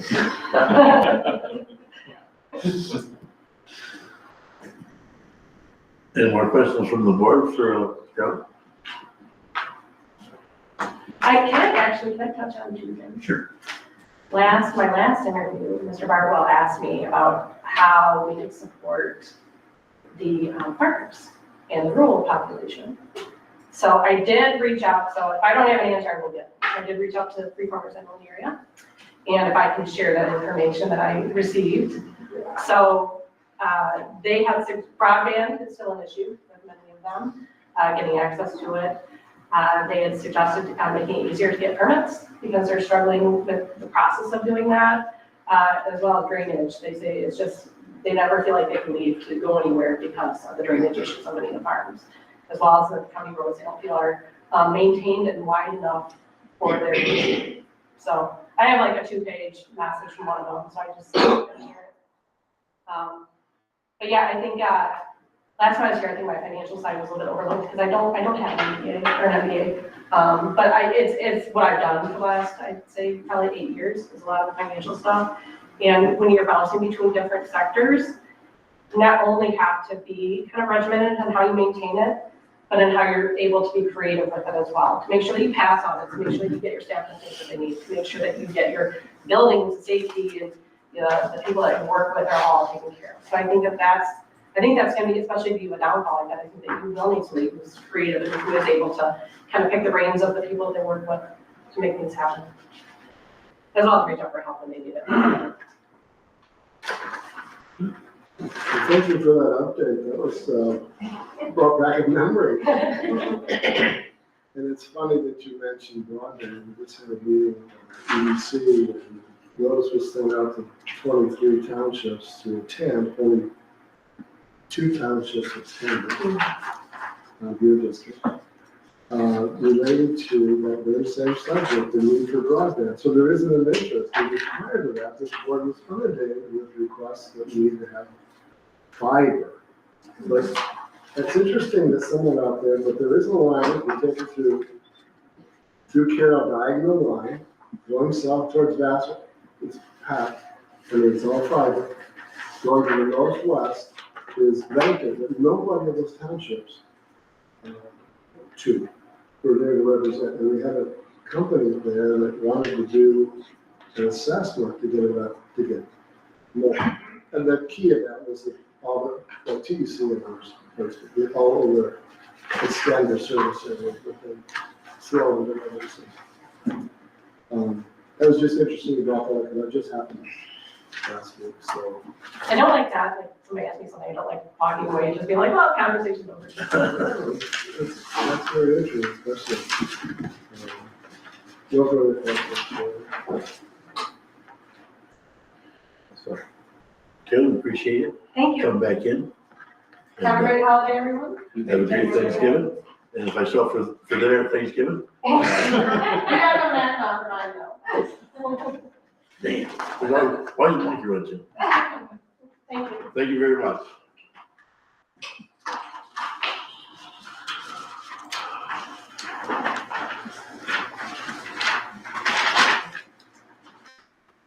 Okay, move on to, number 7. 2005 Child Care Department of Health and Human Services, DHS, Fund 298. Additional appropriation to Zach Measure, interim chief accountant. So this issue popped up since our last meeting of going over these budgets. I had a conversation with Ms. Southgate, and we went over these line items in the 25 first draft budget that was presented before you last time was inaccurate, and it didn't reflect the true department requested numbers. Somehow they were more reflective of the 24 budget carried over into 25. So when we use her true department needs, you can see, if you look at page 74 in the agenda packet, you can see the purchased institutional care is, at the time that it was initially presented, was way under budget than where she plans on that being. So her whole budget now, even if you look at 24 amended at 116,000, when you look forward into 25, that budget is more reflective at being at 263,420. Quite substantial difference. But when you look at the activity on what's happening this year, it's just picking up speed because they now have the in-home programs moving in full force now. They're already at exceeding their 24 budget. They're at 135,073. So the trend is that we are required to fund at a cost of at least 50% in this child care fund. And in order to do that, we have to increase the appropriation in 25 by 100,000. Now, even by 100,000, when you look at that, you see there's still going to be a fund balance burn of 111,000. So it might fix 25, but moving forward into 26, you're going to see this 150 probably turn into a $200,000 appropriation in order to sustain the operations in this fund. In this fund, the state does pay first, so when we shore up on the with the state of Michigan, we're required to pay 50% of the cost. And so it's another one of those necessities that we have to take care of. And unfortunately, that does add another $100,000 to your 25 budget. And 26, it will probably, I predict now that will probably grow a little bit more. We just learned the rest of the last week. This has been since I presented to you last time, correct? It was an error, I believe, on our behalf because of the carryover versus the department request. It didn't show up right. There's something wrong there. So You projected 200,000 a year from now, and it's going to increase. to 150. I think based on what is happening with their programs, and you can see how it's growing. In 23, it was 121,000 for a whole year. 24, we're at 135,000. We're not done with the year yet. And that's probably, based on the delay on those reports from the state, that's not really even 11 months. That's probably more like 8 months. So fingers crossed that, we do have a pretty good sized fund balance. But worst case scenario is if between now and December 31st, that burn picks up a little bit more, you may have to appropriate into 25 early in the year next year. So this is something that, we're gonna have to keep our eyes on and see what happens with that. Because I'm basing on having that fund balance available in 25 to shore up your 25 budget with only giving them 100,000 next year. This year, we only give them 50,000. If the real estate loan for 25, you're estimating $150,000 appropriation from the general That's the fund. 150. Yeah, we have 50 already there, but we will definitely have to put another 100 in. But that makes, on paper, on budget right now, $111,000 burn next year. And this year, the burn is gonna be, maybe $100,000. So it's one of those, give a little bit both places, monitor and watch it. If those expenses don't go up any higher, then we'll be okay, but even in 26, you're gonna have to make it more solid, because your fund balance is dwindling now at this point in time. And it was pretty substantial back in 23, we ended the year with $214,000. So we're kind of using up that right now. So Chairman, just as a comment, we've had this discussion for many years. The childcare fund always comes up every year, especially with its funding. I don't know if there's revealed any way to avoid the expense, because this childcare, there's outplacement, there's place of children, it depends on what comes through the courts, the acuity of it, severity. Unless the state appropriates more. Is that pretty much summed up? I mean, it's sort of an expense that's gonna be there, there's not a whole lot you can do about it, it's just, they are children, they're gonna be placed, so. Yeah, you just don't know. Yeah. It's one of the few budgets that you have no idea until this time of year where it's at. Well, at least she was able to take a review on that, and then after we looked at it too for 25, to make sure we got that corrected before we get a budget adopted out there. And there are some 24 budget amendments that I have today too, to shore up their 24 budget. Again, it's gonna show a little bit more of that fund balance usage, but even with that, starting next year, I'm comfortable with where we're gonna land. It just puts us in budget compliance for this year, but then even next year, it's additional appropriation and monitoring, watching this one. So Chairman, in order to gain compliance with state of Michigan child care, DHHS fund, that the general fund appropriation be increased by $100,000. In the 2025 child care DHHS fund, 288 budget, this brings the total amount to $150,000. Support. The move by Commissioner Barlow, supported by Commissioner Cook, to move in order to gain compliance. The state of Michigan Child Care DHHS fund, that the general fund appropriation be increased by $100,000 in 2025. Child Care DHHS fund 288 budget. This brings the total appropriation to $150,000. That is the motion. Any more discussion?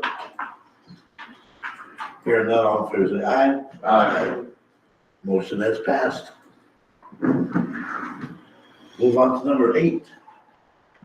General fund budget amendment. Recommend actions. I feel Zach Lester. So there's a few more, we did these sweeps before, but I'm gonna continue to sweep. I think it's important, before I do leave here, I'm trying to get 24 in compliance, make sure everything is shored up. December 31st is your last day to make any budget amendments. If you do so after the first of the year for this year, that is not proper procedure. So I did find a couple more things. And this is basically, most of it is like a revenue budget to actual. And by doing some of this, such as the Title 4E grant, it's just that both of those budgets should equal each other, revenue and expenditures. So that's just a minor tweak that has to happen in the budget. The state and hotel liquor tax, for some reason, has really picked up this year, which is a positive impact on both ends. So then there's a revenue and expenditure line item, 17,000 in revenue, and then on the percent of that money has to be used for substance abuse appropriation.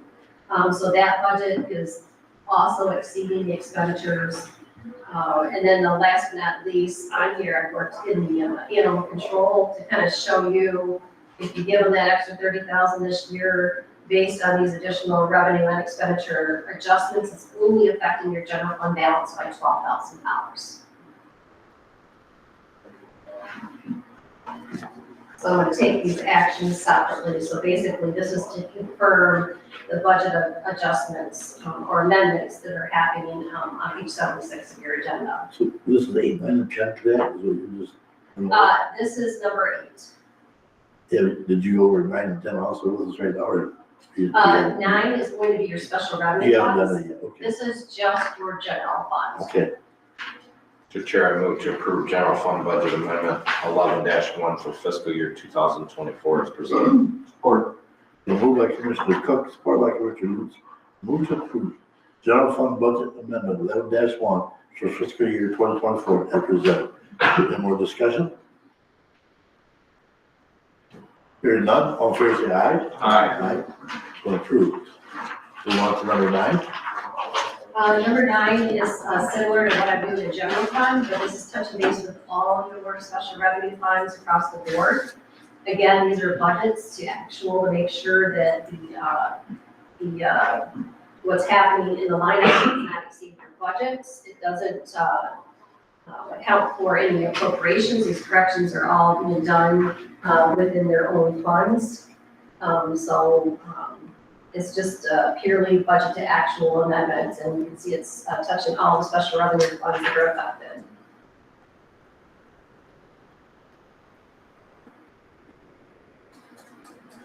Chair, I make a motion to move this approved special revenue funds budget amendment 11-2 for fiscal year 2024 as presented.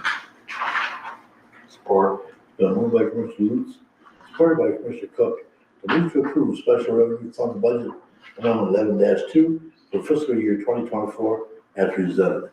That's the motion. Any more discussion? Hearing none, all fair say aye. Aye. And then go approved. Move on to number 10. The state pushed out a new program, it's called Continuing Professional Education. It's through Public Act 1, and what they're doing is they're appropriating funds to support the implementation of required annual in-service training for standards for all licensed law enforcement officers. We received this money of $11,500, I think, back in July, and it was just kind of sitting on our balance sheet until we could figure out where it was supposed to go or how it's going to be assigned. Reach out for Treasury for guidance, because a lot of times on the chart of accounts, they'll say, you have to use this fund, this account number. They haven't identified anything yet. So what they did identify is it cannot be commingled with any other funds, so it has to have a special revenue fund set up. We created Fund 259. Again, this is a pilot program, and it might only be for 3 years. Hopefully it sticks around. This money is set aside to help the training of police officers, their certification for continuing education that they may need. So it's a good program, and hopefully it does stick around, because this will help your budgets where your training might be cut, and the police officer can need this training for, to keep going. So what I did, created Fund 259. What I need action on is to establish that budget. Right now, it's $11,500 for this year. They did say in January that they would push out more money for next year. Don't know what it is, so I don't have a 25 budget set up for this yet. I think in the first few years, you'll probably be looking at your new controller administrator coming before you to ask to get a budget established in 25. Once we know, have more information on what it is. So right now, I can only act on what I know for sure. But that money will be there because we haven't spent it, of course. The $11,500, there was already an invoice coming in to spend that money. Oh, okay. I don't know if it's all of it yet, but we've already been working with the sheriff's department. Okay. And they have expenses applied to that $11,500. If they don't spend it all, it will carry over and has to be used with this specific purpose. Mr. Chair, I move to establish a revenue and expenditure budget of $11,500 for the new police continuing professional education CPE training. 259 funds of $11,500 have been received and reported. Support.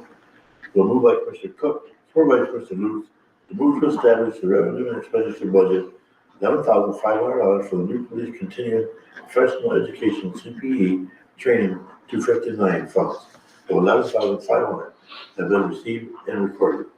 Any more discussion? Hearing none, all in favor say aye. Aye. Motion has been approved. Move on to number 11. Infrastructure grant for the new trailer for recycling. So Mike Miller, recycling director. Hello, Commissioners. So Mike, Earlier this spring, Eagle had issued a infrastructure grant for recycling. I applied my grant for 2 pickup trucks and 2 trailers. We were only approved for 1 trailer. The grant amount is $10,500. There's a 20% match of $2,625, which would come out of the recycling fund. So I'm asking that this is approved by the board and can be signed by the chairman so that we can move forward with a trailer purchase. any questions for Mike? Is this like one of those trailers they put at a location to put recycle? Yeah, it's gonna be 8 by 20. Part of the trailer.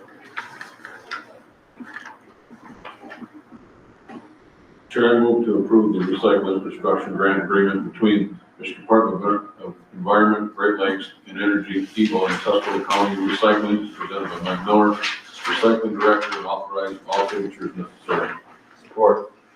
We'll move by Commissioner Lutz, support by Commissioner Cook, to move to approve the recycling infrastructure grant agreement between the Michigan Department of Environment, Great Lakes and Energy, Eagle, and Tuscola County Recyclers, represented by Mike Miller, Recycling Director, and authorize all necessary signatures. There's a motion. Any more discussion? Hearing none, all in favor say aye. Aye. Motion has been approved. Thank you. Move on to number 12, the appointment of Patty Maintenance to the Materials Management Planning Committee. Yes, this is to go on the committee for our new planning for recycling. She will fill the position of environment advisory. She is from the Soil Conservation District. Mr. Chair, I move to appoint Patty, help me, McNitch. McNitch from the Tuscola County Conservation District to the Materials Management Planning Committee to fill the Environmental Interest Group position. This is a 5-year term which would begin December 1st, 2024 and end on December 31st, 2029. Support. The move by Commissioner Cook, support by Commissioner Lutz, to move to appoint Patty McNitch from the Tuscola Conservation District to the Materials Management Planning Committee to fill the Environmental Interest Group position. This is a 5-year term, which will begin December 1st, 2024, and end on December 31st, 2029. With the motion, any more discussion? All in favor, say aye. Aye. Motion is passed. Move on to number 13. Did you, Wiggy? Yeah. Good. This one is to fill Sue Fortune. She is from East Michigan Council of Governments, I believe, it's MCOG. The statute requires we have somebody from the local planning agency, regional planning agency. I've contacted her, she is willing to fill that position. So we need to approve her to sit on that committee. Mr. Chair, I move to appoint Sue Fortune from the East Michigan Council of Governments to the Material Management Planning Committee to fill the regional planning agency position. This is a 5-year term which would begin December 1, 2024 and end on December 31st, 2029. Support. So moved by Commissioner Lutz, support by Commissioner Young, to move to support Sue Fortune from the East Michigan Council of Governments to the Material Management Planning Committee to fill the regional planning agency position.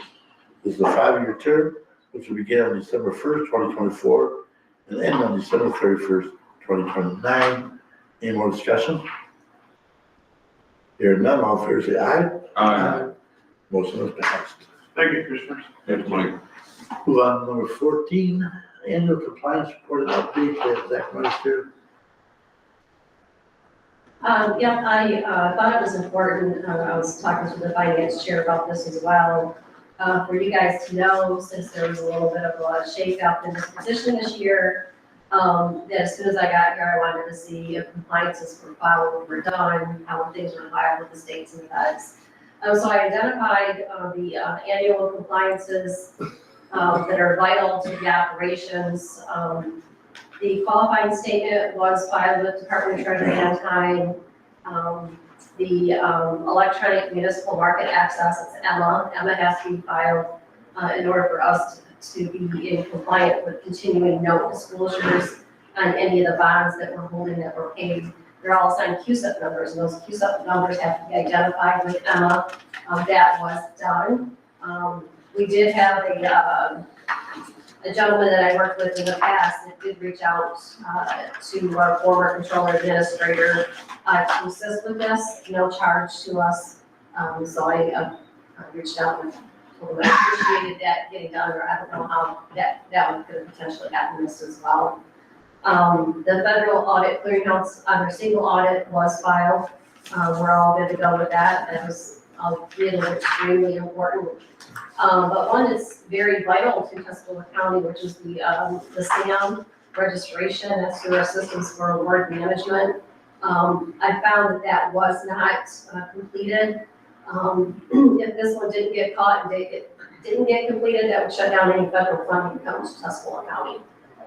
So it did get us registered. We have 2 numbers in the system right now. They're both registered. I did get confirmation back that we are in compliance, so we're good to go with that. The last item that really shook me to a core was not getting our Government Finance Officers Association Certificate of Achievement filed in time. That was due July 1st. As you know, Tuscola County has been getting this since the year 2000. 2000 was the year that we created the accounting department. So we received that award for 23 years in a row, and you will not see it because the deadline is passed, so there's no, and that's, going above and beyond, that's important. I know, the bond agencies, they all look at how well Tuscola County did, how well did Tuscola County seriously take their finances, and take it to that next level. It doesn't mean we're gonna lose any money, but it's not gonna look well upon us for not to continue that. So hopefully the board looks at that and move forward, and when we get our 24 audit done, that there's time still to maybe jump into that program again and make sure that we get those filings done. So there's been a break in the cycle. And that's really too bad, because people look at that, they're gonna say, 23 years, what happened this year? And we didn't file it on time. It wasn't even attempted to be filed, so. But anyways, it doesn't mean that we're gonna lose anything, it's just that, we just won't, all the important stuff is done now, CM's been completed. So I just wanted to update the board and let them know where we're at with those. I do have a book that I handed over that goes through tabs on how to perform all these functions, who to contact, how to complete these functions. I've updated that book and added more to it. Our auditors, I think you guys should know, our auditors, Goodrich did reach out to our administrator and gave detailed instructions on how to make sure that got filed. So it just did not get filed.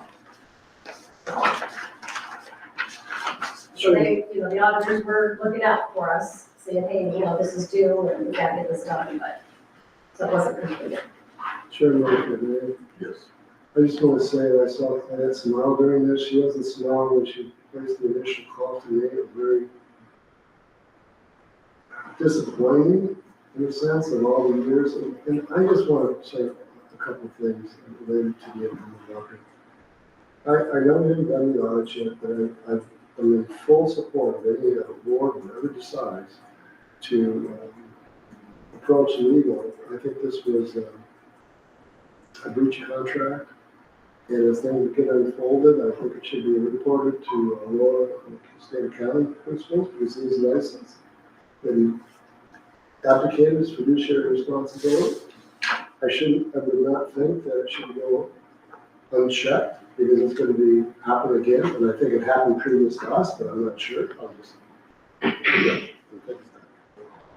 So, disappointed as well, in the sense that, not only in this, but in the way it was done, and still, a bit, surprised legal, although it might have cost a little, but a letter doesn't cost that much, in the sense that, he breached his own contract. As I understand it. No further comment. Dave? Anything else on that, Claire? No, so that was based, I just wanted to bring that up to your attention as I was updating the finance chair in regards to all of these. There's, I have updated book with the current, chain of events, and it's prepared and ready for the next controller administrator. So we're ready to move forward. Okay, any more questions? Clear out of this.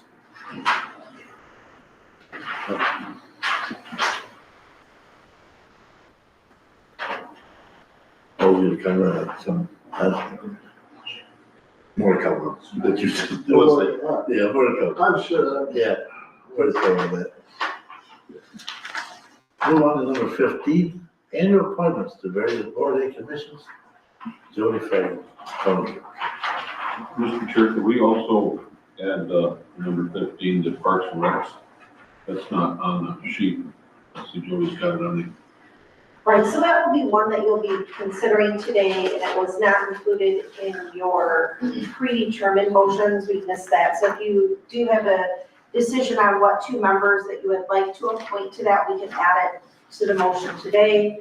If you would like an opportunity to review those Parks and Rec applications a little bit further, we can postpone it to that part of that appointment to your meeting in December. But we have done our annual advertisement and letters of reappointment requests to see any current members that still want to serve on the various boards and commissions of the county, or if they're no longer interested in serving. So we do have some boards and commission members that will not be continuing on and that will create a vacancy. So we will advertise again for the current vacancies that we have. We are ready for appointment on the ones that are currently in your proposed motion sheet. For the Construction Code Board of Appeals, we have 4 sitting members to be reappointed to 2-year terms. The Council on Aging, we have 1 person that was no longer interested in serving, but we did receive a new applicant. So that will be a full commission at 7 seats. And those are yearly appointments, so we'll review that again next year. We have the Board of Health. We have 1 member that will be reappointed for that. And that is for a 5-year term. Our Recycling Committee, we have 2 members, which will be 3-year terms. The Human Development Board of Directors, Commissioner Lutz is still interested in serving on that, so that will be confirming that appointment. The Remonumentation Peer Group, we did have 2 different members. We had appointed them to their partial terms a little bit ago. Now this will be appointing those members to the full 2-year term. Gil Vano and Ken Dutton are the new members to that, replacing people that no longer are able to serve. And then the Veterans Committee, we had 1 candidate that's not interested in continuing on, so we'll re-advertise for that. And then we have Ms. Cherry. So those ones are sitting members that are still interested in serving. No additional people apply to be on those, so those will be just standard reappointments. The Parks and Recreation Committee, we have 2 seats available for 3-year terms, and we received 5 people, we received 3 people that are interested in serving. Currently, we have Nicholas Piercy and Terry Eden, and we have sent them 2 letters, and they have not responded to either one of those letters with their letter of interest in a new application. So we have received new applicants from Nancy Barrios, Kristen Selich, and Mark Putnam. And those applications are included in the packet that I handed out at the beginning of the meeting for you as well. I think most of you would be familiar with Ms. Barrios. She's been in front of the board before, and I think that you would also be familiar with Mr. Putnam. He's our local historian here in the Carroll City area. I do not personally know Mr. Seller, so I'm not for sure if anybody can lead any information on him. I would like to, if we can, get, Ms. Beers and Mark Putnam both on that board. Okay, You know, we can do that too, because I'd like to have it played by our next meeting, which is in December, because we still have to go through officers and all that stuff, and we've been waiting to fill the board. And they were both at the last meeting, and I thought the last meeting went really well with just them being as audience. Okay. Just look, so I think they would fit good on that board, and I think they would be consistent to be there, which is important. Each two. Nancy Barrios and Mark Putnam. so to your prepared motion in your sheet, I have added some additional language. If Mr. or Commissioner Lutz would like to do the motion, include it in the prepared, and then add that to it. So if you want to start here, and then add this right at the bottom there. Motion to move the reappointment of the following members to the respective boards and commissions. Construction Board, Code Board of Appeals, Ken Martin, Keith Kosnick, Steve Furnoff, and Henry Hornan, to a 2-year term expiring December 31st, 2026. We're gonna do them individually. You can do them all together. Okay. Mhm. Council on Aging, Jeremy Gang, Eugene Davison, Carolyn Whittemore, Ruby Burke, Terry Jones, Jane, you're gonna have to help me on this one, Remersick, and Sharon Cullen, to a 1-year term expiring December 31st, 2025. Board of Health, Vicki Leland, to a 5-year term expiring December 31st, 2030. Human Development Board of Directors, Will Lutz, to a 1-year term expiring December 31st, 2025. Recycling Committee, John Johnson and Sherry Burns, to a 3-year term expirations December 31st, 2027. And repronunciation of Peer Group, Guy Mono, Mike Yates, Ken Dutton, Mark Hall, and Derek Hodges, to a 2-year term expiring December 31st, 2026. Veterans Committee, Ann Cherry, to a 4-year term expiring December 31st, 2028. And I'm sorry, Chairman, what did you say you wanted for the Parks and Rec? Nancy Barrios and Mark Putnam.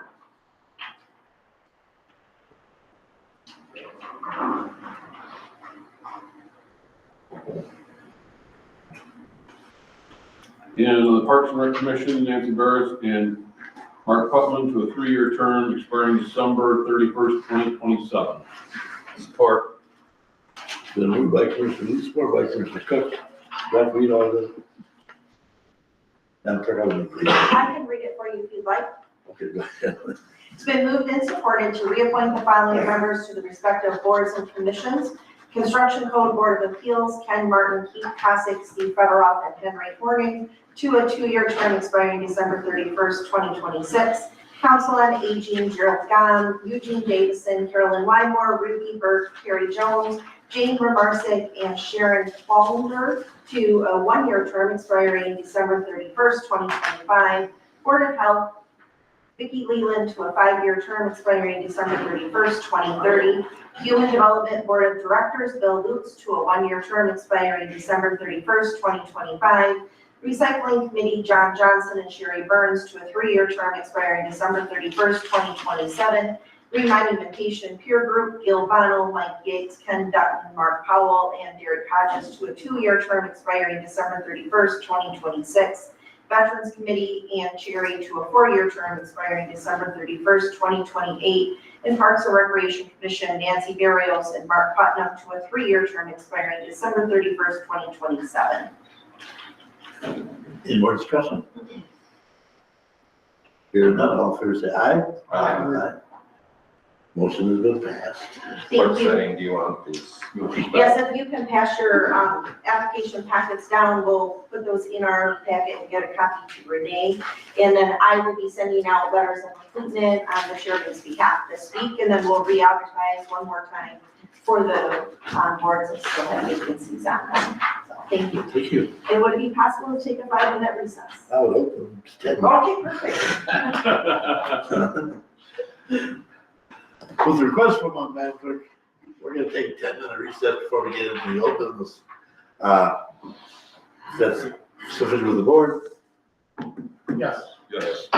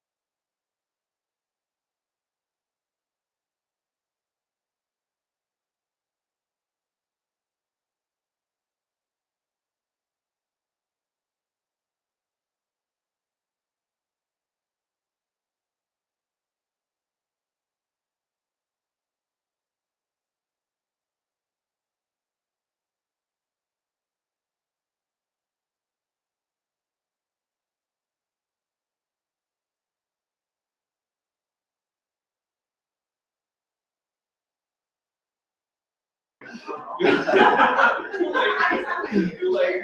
It was my fault, sorry. Yeah, see? Welcome back, everybody, to the Board of Commissioners meeting this morning. We just finished with all the new business.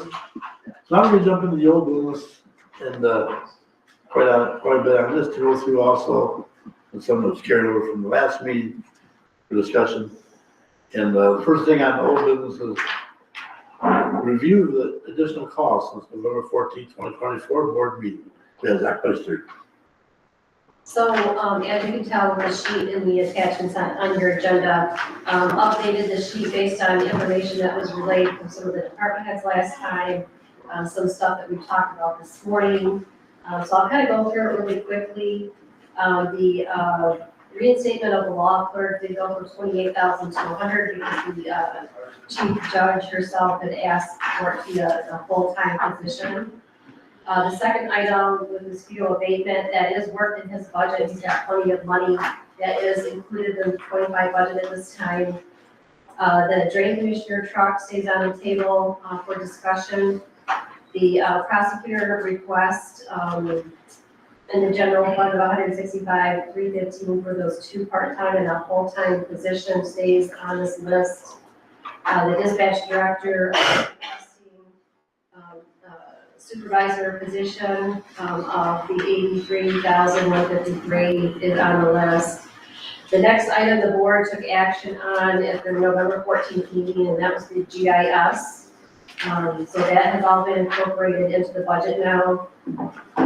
Also, the cost of the chief accountant remains on the table. Equipment tech fund items are varied, and there's more discussion on those today, so I don't know where we're actually landing on a total dollar amount yet on those.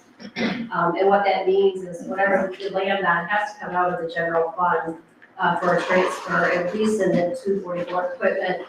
483 fund may have some fund balance you can carry forward, but we'll have to watch that based on the actions today. The EDC additional request is still on the table. It's a general fund expense as well. The bottom page of that page, I did like a quick summary. There were some adjustments that are incorporated into the budget on the revenue from the treasurer. Also, all of those are revenue adjustments, decreasing their total revenue by 69,000, and that's for the KCI tax processing and other items that the treasurer had to adjust. What that means to your total changes, if you're looking at your fund balance right now, I know it's a little confusing because I'm trying to squeeze a lot of numbers in here, but out to the right, we have a payroll correction that we have to fix in the court budget. It was an error on our behalf, so we have to add $626 there. The additional requests right now look like they're $1,092,375 against the general fund budget I'm discussing here in this box. The additional appropriation needed for the 288 fund would be another 100,000. Now, if we just look at our budget, our use of fund balance just to operate our general fund, I got 160,000 listed there. That now, of course, will increase with additional costs that we added, so it'd be more like 260,656. So what it's saying then, if you wanted to award everything that was needed, you would look at it's 1.3 expenditure, 1.3 million expenditures over your revenues if everything was granted today. Kind of gives you an eyeball picture of where you're going to be at, that you know that everything, all decisions you make will hit fund balance. And what determines what that fund balance is going to be moving forward will be based on any decision you make here today. Just try to shore it up and give you a solid number. And then on the bottom, further explain the 100,000 on the child care fund has to go out of the general fund now, the 288 child care fund. And then the corrections to the health insurance is incorporated into the budget. That was also a correction that needed to be made that reduces expenditures in the general fund, increases expenditures in the 532 tax foreclosure fund. And then, of course, the 626 correction is that we're gonna reduce the front of the court budget, and that part of that expense should have stayed in the circuit court budget. So that's an adjustment, it's gonna reduce expenses in the 215 fund and increase the expense in the general fund. And then the transfer in from our revolving fund, that's where we get a big chunk of money at year end. That also has to get shored up $33,000 less than what we initially thought we would work in the budget. So those bottom few items, other than the 100,000, I think we can get more action today on, have been, or need to be incorporated into the budget. So that's like a summary of where we're at, before we get into addressing each one of these individually, finding out the importance and, the approval of each item we should go from here. Jim, I have a question for that. Yeah, go ahead.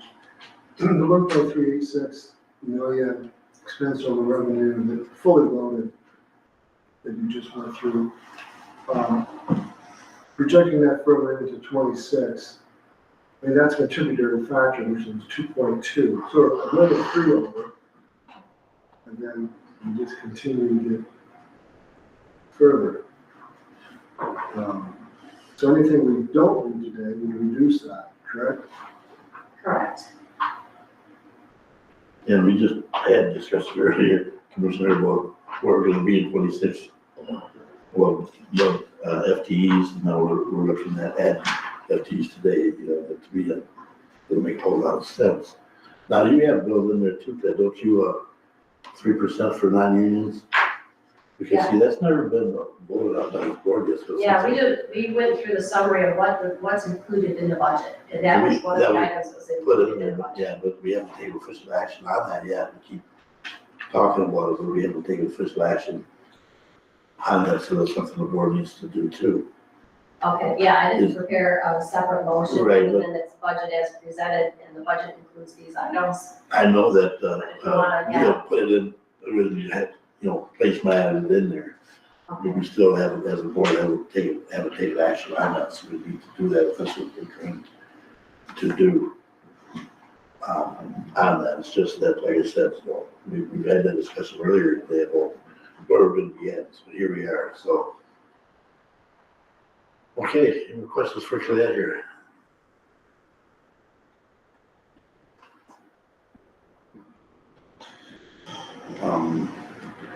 Then I guess we can move on down to that number two. Number two, Colette, we're moving down to number two now. Yeah, so 2 basically kind of gives you, again, the summary of where you're at fund balance wise, what you got sitting there in reserves. And you'll see the placement where it says 1.386. That's the placement of, okay, you have the unassigned fund balance available at almost 1.9. And if you use 1.3 to shore up your 25 budget, it only leaves you with available unassigned fund balance of 513,000.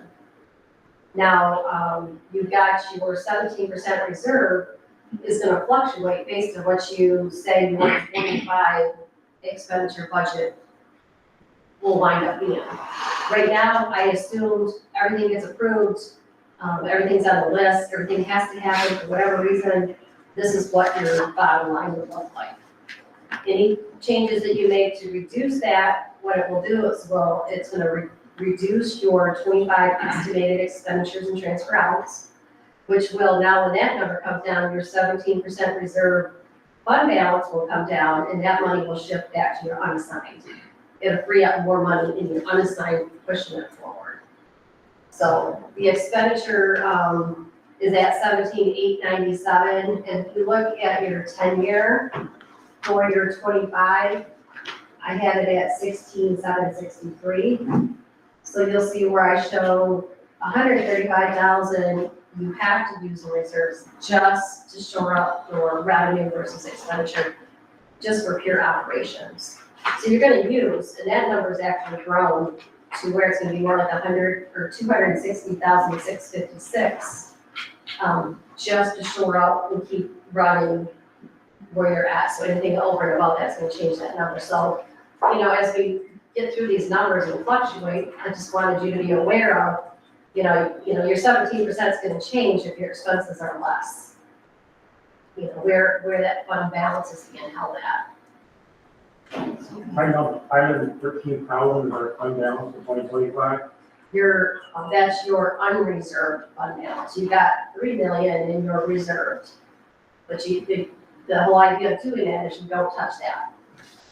If you do touch it, you violate the policy.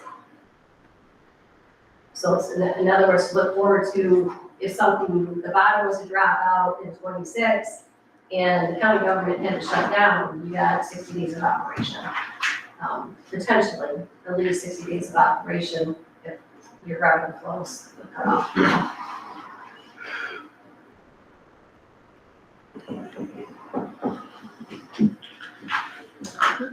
Shannon, I have a question. That's if it's completely cut off. What does it look like if it's not sustainable? Hypothetically, what happens then? Say you burn through the 513,000 and now you no longer have any unavailable, then moving forward, you make decisions on cutting your expenses or obviously not granting any expenses that exceed your plan for your budget. And that's done to a level what's called essential services, a minimum. So it's sort of a hypothetical number at some point. It hopefully fluctuates, and again, it's based on budget assumptions. Do we totally blow through a budget in here? Hopefully we don't. Hopefully there's always something a little bit left over between your revenue and your expenditures. So the numbers will fluctuate, but you kind of have to have an idea. Worst case scenario is, and best, we get all the revenue we're expecting and we spend all the expenditures we expected. Then that's what you're looking at for your bottom line. One additional question, Shannon. Sure.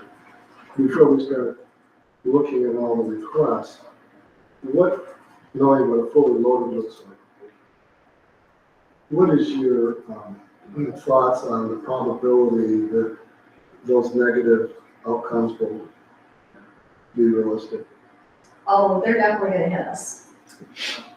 Unless there's a source of revenue that's going to flood us again, the wind. What God's done that for us, and that's carried us this far. It has helped us, we've used that wind for operational costs. So now we got our operational costs used to being at a certain level. We haven't had to worry about cutting or watching things. Now the wind cost is coming down. We did have a good fluctuation of our current tax getting a little uptick because of inflation. So the inflationary factors, the worst case scenario, inflation's gonna drop, it's gonna happen. And when that happens, then your caps on your tax will come down. It's good for the citizens because our taxes that we're paying are gonna go down a little bit. It's bad for governments rely upon that revenue source coming in. So with the wind going down and then the property taxes kind of coming down and nothing in solid form that's gonna replace something like that, then your operations have to be in line with your revenues. So is there an amount we have to have in reserve? You say 10%, we can't go over 10%. 17%, Right. and that's where you should try to keep, if for some reason you go below that dollar amount. Now, my history has always been, and even the former controller before me was obviously with the 10% that we were doing at the time. But to always make sure that's available, but we all did that at year end, we made sure we were at those levels, I think the previous controller administrator was trying to hold you to that level every single month because he enacted full accrual accounting every month. And doing full accrual accounting, it's the demand on the staff that you just don't have to uptick and track all of that, which means every receipt coming in that you've accounted for in the previous month has to be reversed out. Because you've already accounted for it. So that was our problem is in the general fund, we had that revenue accounted for twice because it was booked and it was received. And if we don't stay on top of that, boom, we got double revenue. you know, so we gotta That's why everything watch looks, that. that's why everything looks so good all the time. It looks great, but when, as soon as I look at your tax line item, I'm like, this is not right. That needed to get reversed out immediately. And it kind of shored you guys back up to where you should be. So we do modified accrual accounting, we've been doing it for many years, that means at December 31st, everything gets shored up. If there's revenue coming in 25, it belongs in 24, that's where it goes. If there's a payroll that's split between 2 months, between December and January, and part of it's December and part of it's January, that's where they go. Everything is shored up, but we only do it at the end of December.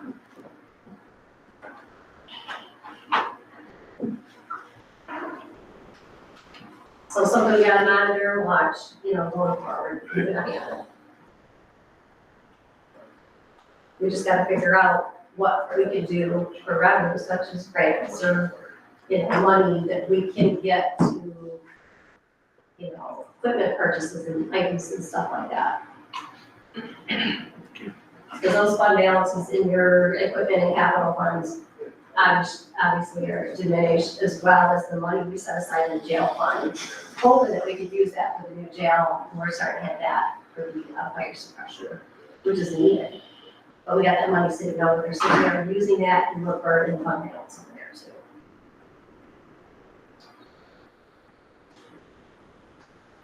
too. Any more questions, not clear on that part? I can finish going through this sheet, that's still setting on the general fund. So we're on number 3 now, or still on No, number we're 2? still at number 2. So on your all funds balance sheet, you can see everything has been fixed and shored up. Departments were great working with us. The only thing we got the problem with, which we've resolved this morning hopefully, is the animal control appropriation. Because on paper right now, it looks like we're starting the year off with almost a $22,000 deficit. Obviously, we can't have that. So the 24 appropriation, that will take that fund out of the beginning red. And we predict their revenue to expense ratio for 25 is going to be minimal, which we will use a little bit of that fund balance, but if all goes well, we should be good. The equipment tech fund, decisions have to be made today. What are you going to fund that at? What are the projects moving forward? I left that with the revenues being at 0 because that's decisions have to be made. The other one is going to be in the capital improvement funds. The revenues that are listed there are interest earnings or other revenues that are set to unfold, no general fund appropriations yet. So we have to make those determining factors. And they're listed as the expenses as requested. So as we look at expenses today, you had mentioned with Director Miller and Ian, we should title now. CIO Ian, me. On their request, and they're presented today, they're gonna have their bare minimums that they absolutely have to have in the 25 budget. So we'll check on those. And that's all I have on the all funds. At least the budgets are looking much better than the first time I showed them to you. So revenues and expenses were adjusted to get them back in line. So that's where we're at right now.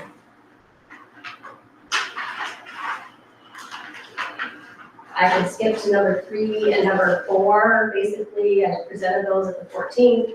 Another reminder on what your fund is going to look like, your general fund with no transfer ins and transfers out versus you put in your transfers ins and transfers out, and how that changes the picture. Again, we had the conversation on cost allocation plan or indirect costs. How important that is to the general fund moving forward, something you might want to take a look at. If you're going to change your past motions on that. Obviously, we did have 2 funds that were getting hit pretty hard that were adjusted, and then now we look at all our special bonus. That was previously presented to you guys as well.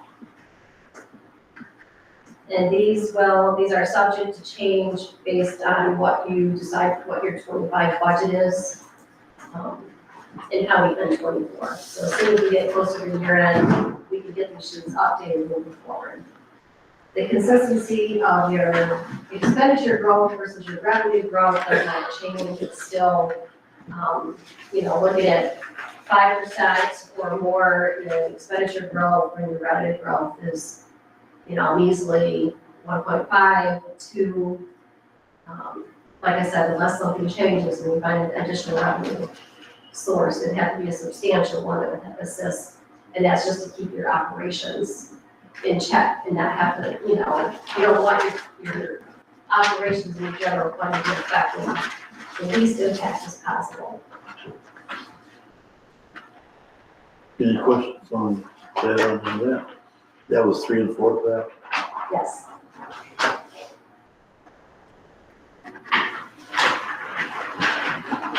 Okay, moving to number 5. Further discussion on the reinstatement of a full-time law clerk position for the unified courts. Yes, I turn over to finance and the practice discussion or.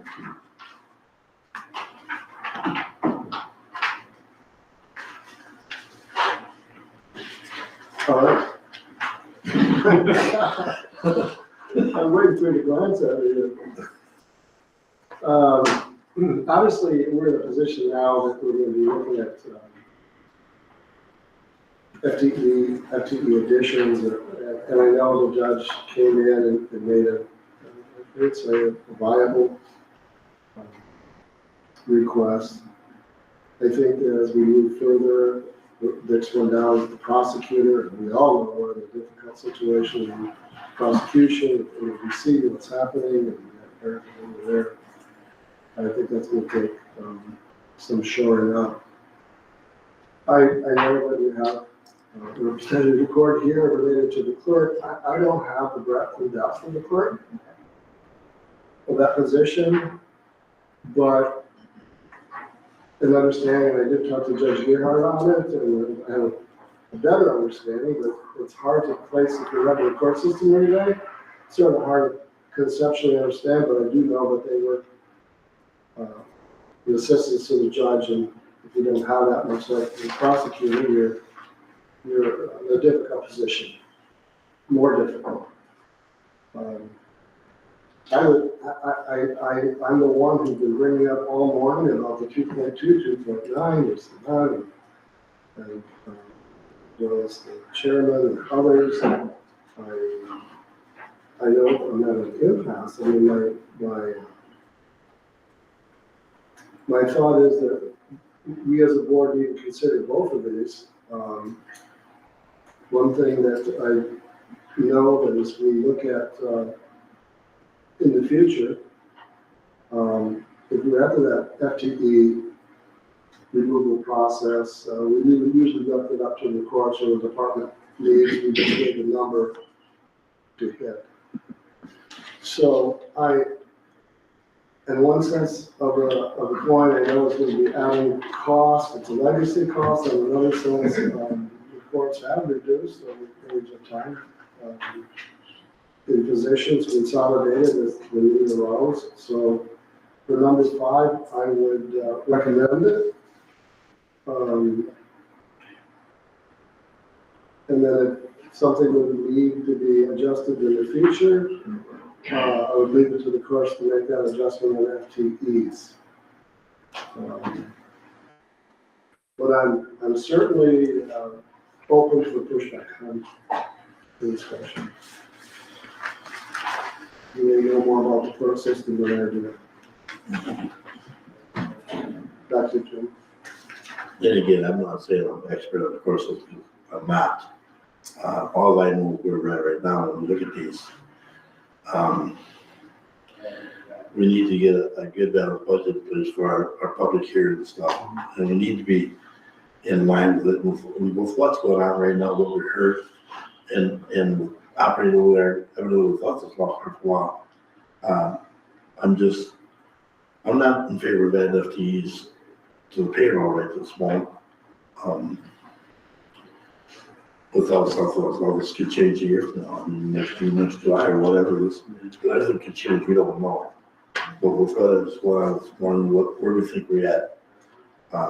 That's just my position. Mr. Chairman, can I ask Clay on something? Sure.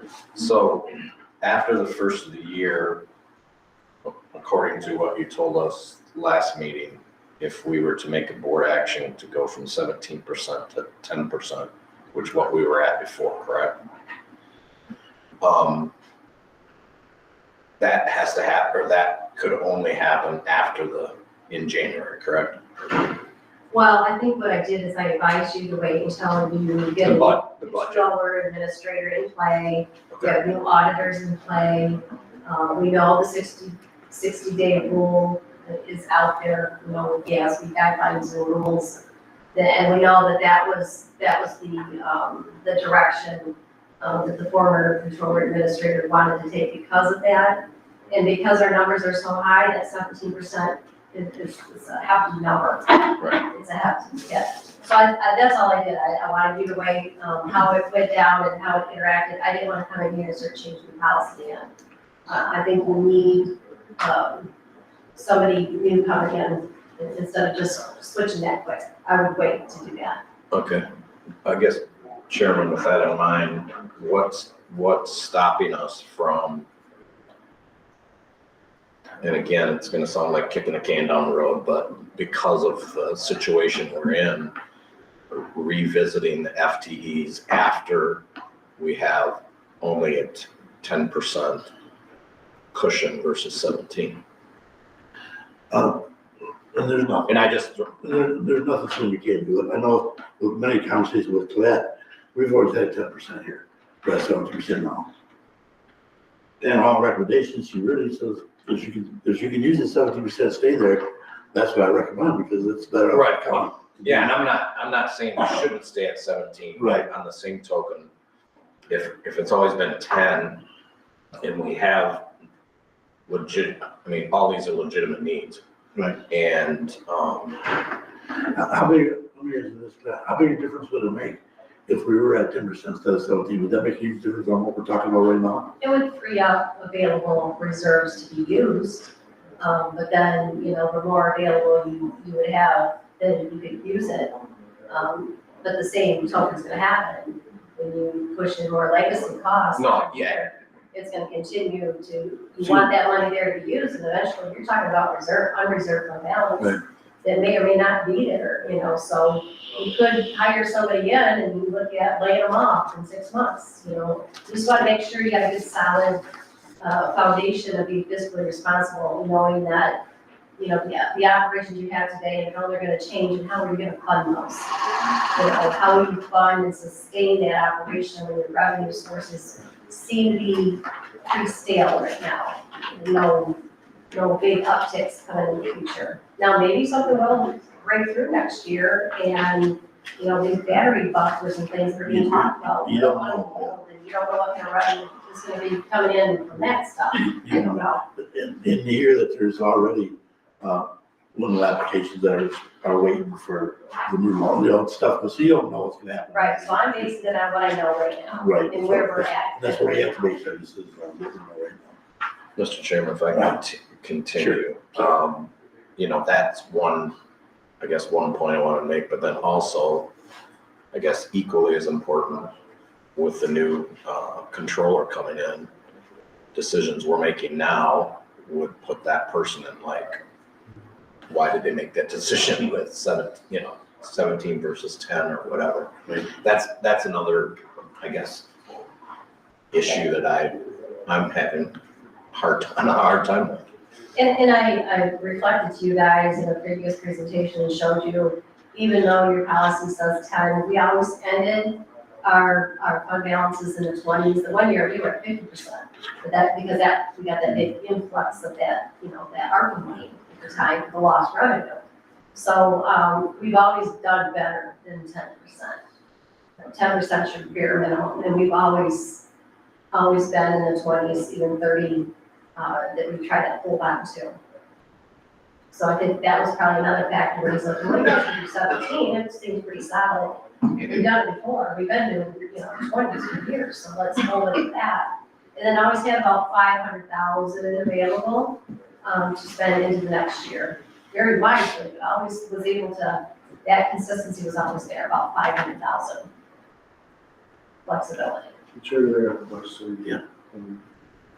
Commissioner Cook, I'm not quite, I just want to confirm this because the conversation with Neil that I had, the 17%, when I questioned it, I don't know exactly the words he used because he was using accounting legalese or whatever. it is.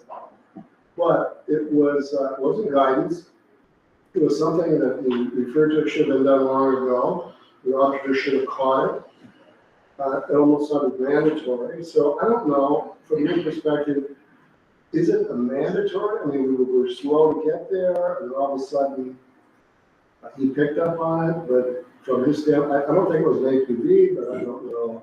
I think he used mandatory on us when he wanted to do something that, you know. Well, they talk about 60 days, 60 days operations. When you calculate 60 days out, you're looking at like 16.66% on a 60 day. And we were at 10%. So I think that's probably where he was. It doesn't say you have to have that percent, but it does refer to a lot in the ASPE guidelines and rules, 60 days of operational costs. And so you calculate that out, and you're gonna get a higher percent than where we were at.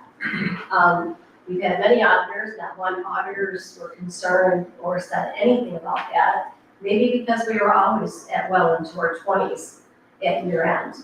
You fluctuate throughout the year, we do modified accrual accounting, at year end, everything's shored up, budgets are amended, everything is, and of course, I like to do budget sweeps a couple times a year at least, to make sure when you get at year end, you don't get hit with any surprises like what we got hit with this year, so it's always good to stay on top of that kind of stuff. But there are the 60-day rule has been out there for many years. But it was never in an audit comment. Never. That I Not never once. brought up, but I can't remember it ever, and that's why I was questioning the mandate versus, it's good to have, but as Mr. Cook has, how much cash is that? But believe me, it's not 2.2 million. And I don't have any issue with postponing. I do think of all the budget requests, where this is just a cursory right now, personnel requests, I would be very sensitive to the prosecutor's office. I'm concerned that the county may end up without one because of the challenges of the job and based on the time and not having assistance. And I think Mark did a very good job explaining that, Eric. Eric? I would probably defer or suggest the board consider his request. He was to know. And I'm going to push back on that because I'm not familiar with the prosecutor's office either, but on the other hand, they've lost staff. They've lost people. Well, Mark included. Lost. So if you remember the day you voted on making it 17%, Neil had the paper in his hand and he said, treasurers no longer allow us to be at 10%. I said, do we have to be at 17% in 2025? He said, no, but we will in 2026. Might prepare for it, and you're taking care of that. That's why we put it at 17%. Remember, there was a doubt. Mr. Chairman, wasn't, correct me if I'm wrong, wasn't he our auditor? Oh, before, he didn't catch us before, Yeah. And we can go on with 17 to 10% back and forth over speed. The only thing I would add to the second that is when he made that request, and he said, oh, we can get there. I said, you're not gonna use our one to get there yet. He flipped right up and he said, absolutely not. Well, you know what? You did. He did. That's why I And asked. before we voted on it, and that's what we have to go with, before he voted on it, that question was posed to him. And he said, absolutely not, but you know that's exactly what he did. So that's why, This ain't a pushback to Commissioner Bartle. I agree with him about the prosecutor. We got 3 or 4 counties now that don't even have a prosecutor. That's something to think about. At the time preparing for a case that she presented, and you can only keep people so long, then if you got a range of equity between, state supplied funding versus the county. Yeah. You just gotta reconcile that. well, it's not fair to, That's out of our control, there's nothing we can do. The board of state just seems to have the money to do what they want to do.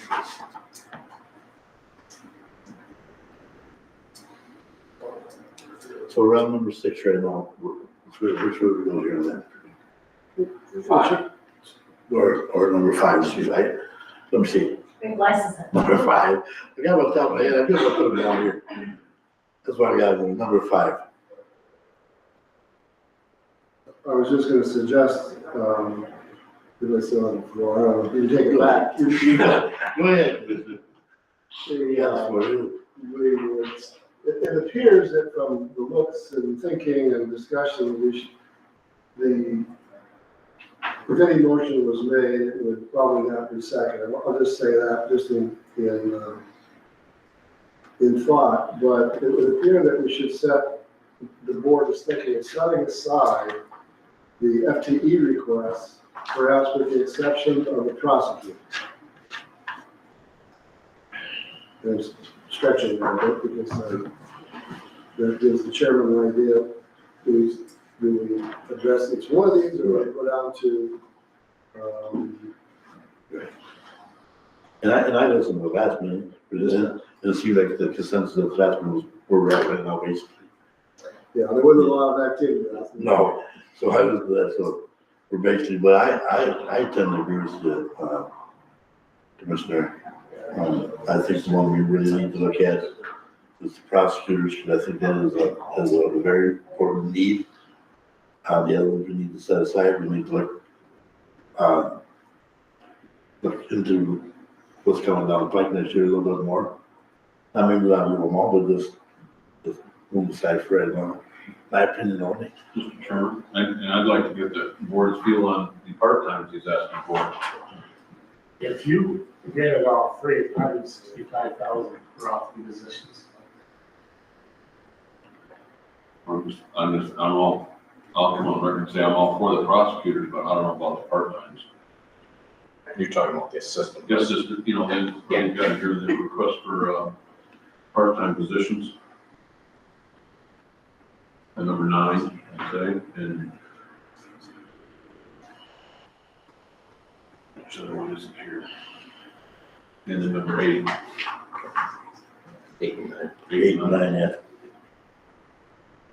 I feel we need to help that prosecutor's office out, but I think, the prosecutor. Little give and take there. I don't know, probably. Little give and take. I'm sorry. You said little give and take there. We know you know, but Well, So you're considering 7 and 8, no, you consider it 7, Seven. but not 8 and 9. not 8 and well, 9. not 8 and 9. Yeah, I don't know the impact of that. I don't either. Again, that's something we can set aside too. I'm not really sure the impact on that either. As hard as those prosecutors are to come by, you get one in the hopper, I think we should take it.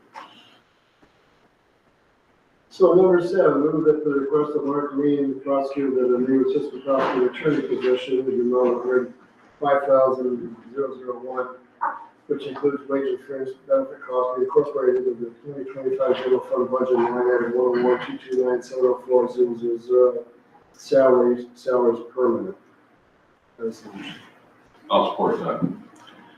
So moved by Commissioner Barwell, supported by Commissioner Luke. To move that per the request of Mark Reed, the prosecutor, that a new assistant prosecutor attorney position in the amount of $105,001, which includes wage and fringe benefit costs, be incorporated into 2025 general fund budget in item 101-229-704-000, salaries permanent. That is the motion. Any more discussion? All in favor, say aye. Aye. Motion has been approved. Well, Chairman, I have a question for the court. Victim services position, was it advocated? What was the background on that? Do you know anything about it? They have a victim services person right now, full-time person, I don't know if they're just requesting, Okay. I didn't know if you I'm not familiar. Okay. Okay, let's move up to number 6. The first further discussion to include the cost of the truck purchase Equipment Tech Fund 244 for the drain office.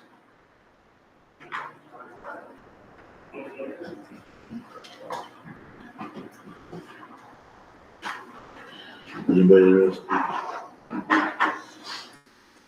But Chairman, that doesn't come out of the general fund, it comes out of the tech fund, which is funded The general fund. by the general fund. By the general fund. Eventually it gets back to the.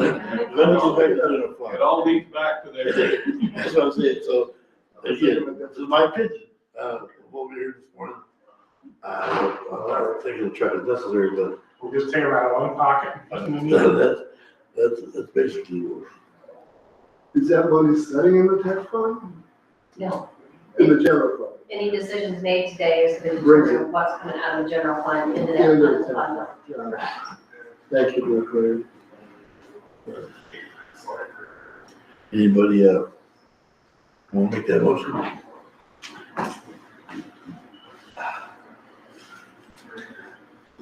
Mr. Chair, I guess I go back to my further discussion with the FTEs. I think some of these, if we could revisit these after we adjust the equity percentage and the new comptroller. I don't think it, at least I'm one commissioner, I'm not saying no forever, but I just think at this point, we need to look at every dollar. You want to look at handle on our finances? We'll put a handle on our finances. And again, I'm just speaking for myself. So I'll take us past 10 too, right, for the dispatcher, you're same as the dispatcher?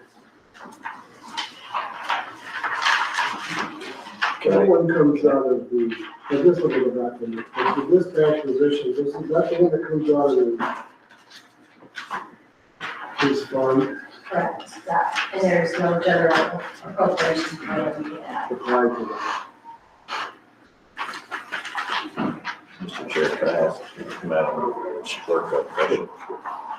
Quick Betty, on these motions, if we don't do anything, do we need a motion to table them, or we just don't make any action? You could make no action, at this time, and then they're not moved and supported, so they're not dead, they're just not active. All right, I just want clarification. Thank you. Is it not true? Tabling has to happen in the same meeting. Yes. Like, so if you move it to the table, that just means you're gonna handle it later in this meeting. Okay, thank Yeah. you, thank you for that. Yeah, so I mean, unless that's your intent, I believe your intent is to revisit it sometime in the future. Okay, It's just not taking any action today. thank you. You're welcome. So is it that in consideration? Where are we, Chairman? Well, we're at, Are we on 11 or 12? well, Okay?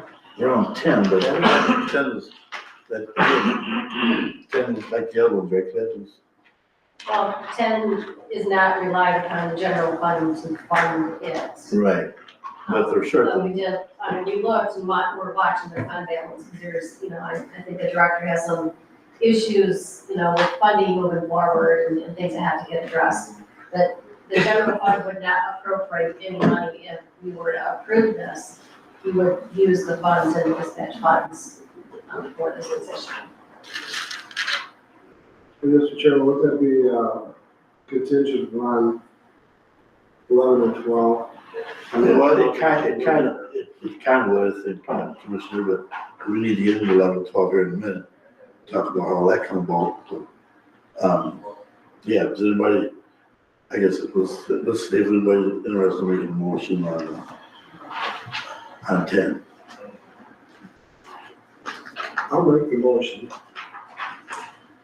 Move that for the request of John Ramirez, 911 dispatch director, dispatch board position in the amount of $83,150, which includes wage and fringe benefit cost, be incorporated in the 2025 dispatch fund to budget in line, item 2018-334, 704-0007. That is the motion. I'll support that. So moved by Commissioner Bardwell, supported by Commissioner Young. To move that further request to John Ray, 911 dispatch director, that dispatch supervisor position, in the amount of $83,153, which includes wage Fritz Bedford Cost Incorporated to the 2025 dispatch fund, 218 budget, in line 218,334, 74000. Salaries are permanent. That is the motion. Roll call vote? It's been requested as a roll call vote. Madam Clerk.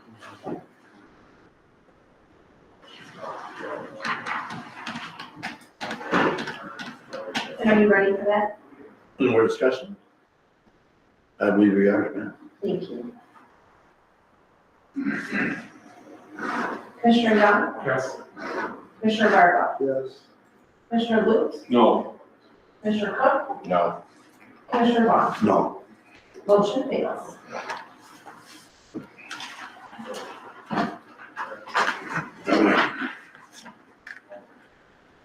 Move on to number 11. Dispatch surcharge increase down the mayor's 911 director.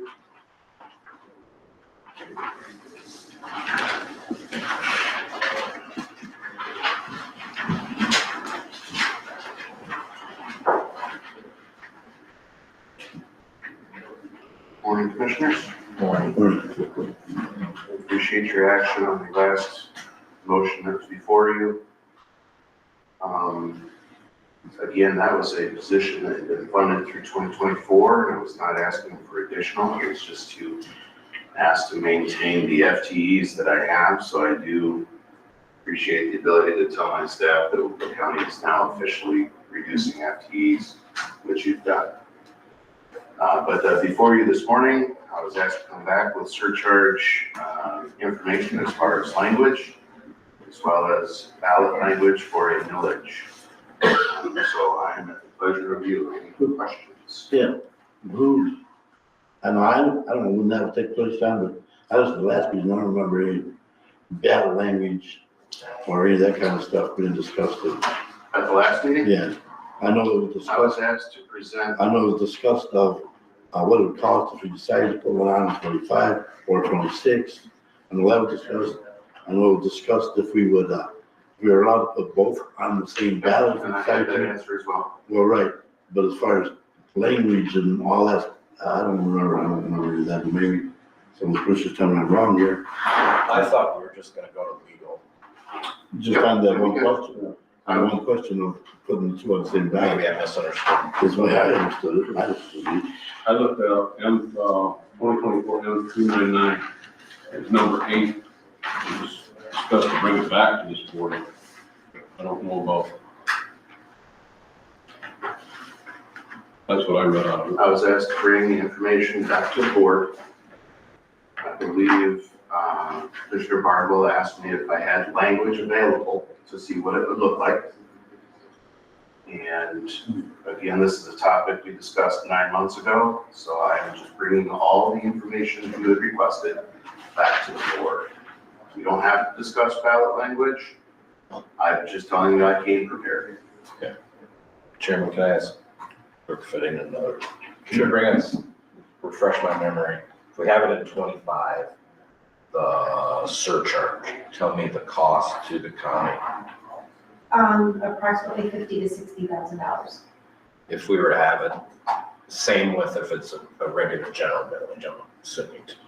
You still expend the cost, it's just, you're gonna spend that cost whether that millage is on there or is not on there, because we're already holding an election, because those are mandatory elections. In 25, that's considered a special, Special. so it would be just additional funds that would cost. So 2000, if we were to wait till 2026, it would be a lot less than 50,000? No, it's just already included in the budget. Got it. Okay. And you're spending the money in 26 because it is a midterm election, and so the gubernatorial contest will be on there. So in August and November in 26, we're holding an election, Anyway, and you will spend that money Okay. anyway. thanks for that clarification. If you were to go on in May of 26, that would be considered a special as well. Okay. Now, when you're looking at specials, other entities can be placing matters on those ballots as And well, that would reduce the cost? or very not? little, Very little. Okay. if none. Thank you. But that's Thanks, all Chair. in your budget though, for 26. Is that what you're saying? It will have to be, yes, Yeah. because, and that cost falls fully on the county in 26. That's not state reimbursed. It is a full county cost in 26. Elections are county responsibilities when you're looking at the midterms and then the generals. Thanks, Mr. Chair. I just wanted clarification on it.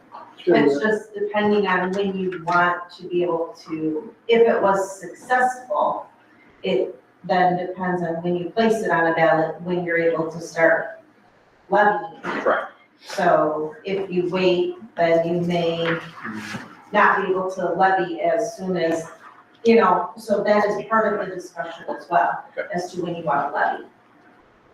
I have a question to Claire. Was there any projections on, obviously the last meeting, the discussion was to avoid the general fund contributing, at least for some of the options. Was there a projection going forward when the county would have to contribute in what year? Well, as the clerk had mentioned, she works that in her budget in those years, so in 26. And you look at budget history, you'll see some days, for some years we pay more in election than we do Well, I other years in meant- election. Funding 911, when they're to the point where we're gonna need county assistance. If we did nothing, how long could they go? Oh, their fund balance, Yeah, you're the talking fund about now. Is there a Well, projection? yeah, we reviewed this fund balance, right now, at the end of 24, we're projecting, actually, these numbers aren't. So end of 23, audit wise, ended up fund balance of 969,000, compared to 1.1 million in 22. So you used fund balance in 23, in 22, he grew, fund balance, 21, they grew fund balance. So it's anticipated that every year he's gonna use fund balance. So I don't know if we took it out any further than looking at 24 this time. I was just wondering, it was 27, and if all things were equal, when would the county have to put in funding if nothing else? That was all discussion last meeting of the year.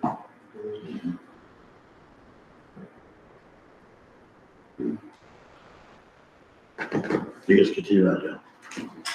It's for whatever questions you have, sir. Gentlemen, as far as what the difference is between the surcharge, the millage, Well, in that case, Mr. Chair, I'll ask the question, I'll ask you the question. Hypothetically, if all things are equal, when would your fund be at a point where the county would have to contribute? What's your projection? I would think we can get through 26. Mr. Chairman, can I ask Clay a question? Sure. So Clay, on balances of 12/31/2024, 626,000, is that the end of 24 when you'll have a balance at the end of the year, right? So that's not a solid number yet, because that's based on where we're at right now. Okay. So that fund balance is gonna be greater than 626,000. Okay, so then the first of the year, when the appropriations come in, what will his fund balance be then, you think?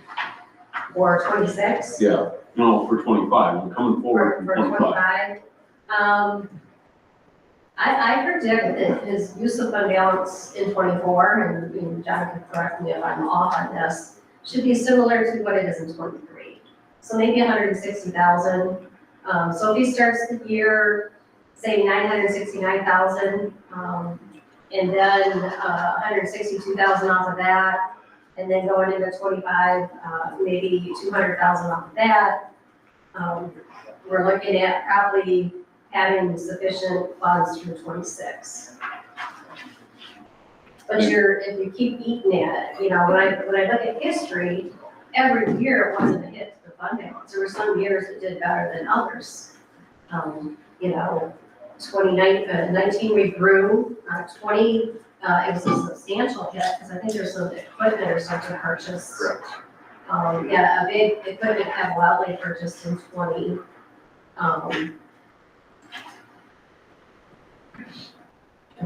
revenue sources. And then in 21, the fund balance grew by very little, maybe 24,000, 22 it grew, and now 23, 24, 25 we're projecting fund balance hits. Unless something gives or changes in the system. And that's, I think, without looking at any major equipment purchases. So that 626 will go down by the end of the year. We know we still have expenditures coming out of that. So going forward, you're thinking, what do you think, 500,000 moving forward into 24? You got to finish up the year yet, until 23 or 24. I mean. And keep in mind, Yeah. the revenues look really short right now, but dispatch gets a lot of the revenues coming in January, February that we do forward, we push it back. So majority, 25% of his revenues come in after December 31st, that we put back. So that's why the revenues don't look so good, that's what makes the bottom line look worse right now. But we can, if we anticipate budget to actual number versus what you're looking here is just your actual to really happen. When we do a chart like this, we run it out of the estimate system. So really, he could have about 1.3 from 25 after his money comes in? Yes.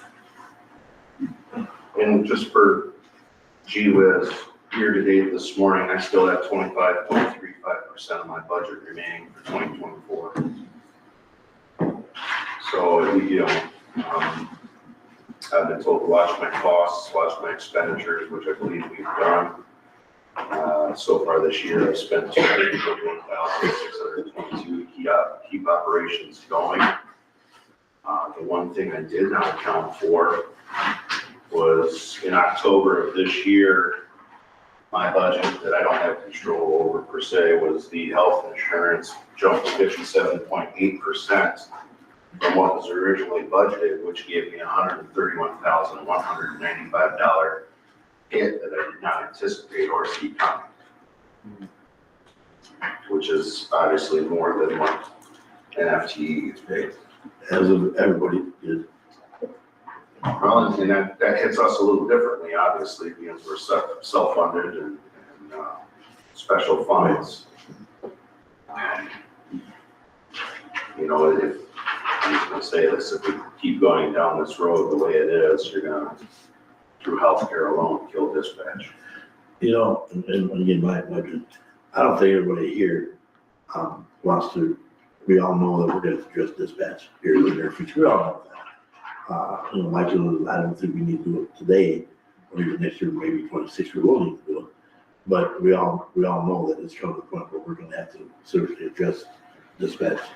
But I don't, A couple other things too, but I just wanna make sure, because we're talking about budgets, we're talking about eliminating FTEs, and I think it's fair that you understand, or, you know, maybe you weren't aware that my healthcare budget line item went up almost $132,000.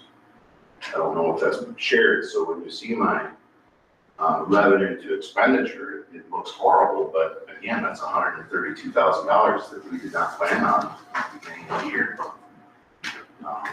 And I get that everybody goes through that. But when it's my budget, and it's, I know annually, what we receive in, and it's pretty, what I call stagnant, you know, it's about the same within $100,000 generally each year. And when we start taking positions of yes, no's, I feel that it's important to discuss some of those things.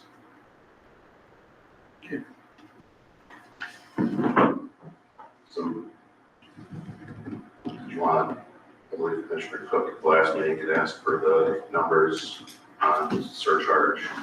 Yeah. Still want to do that, or? Please.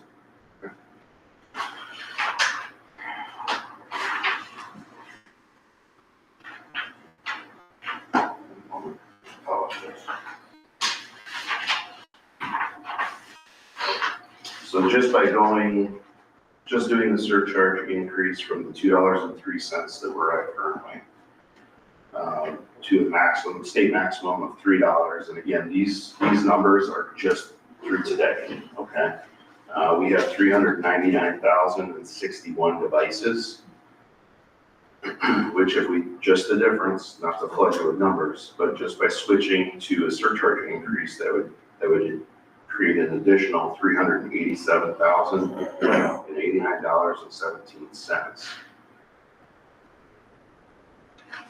of revenue. What was that number again, John? 387,089.17. Yes. Correct, John? Yes, that's correct.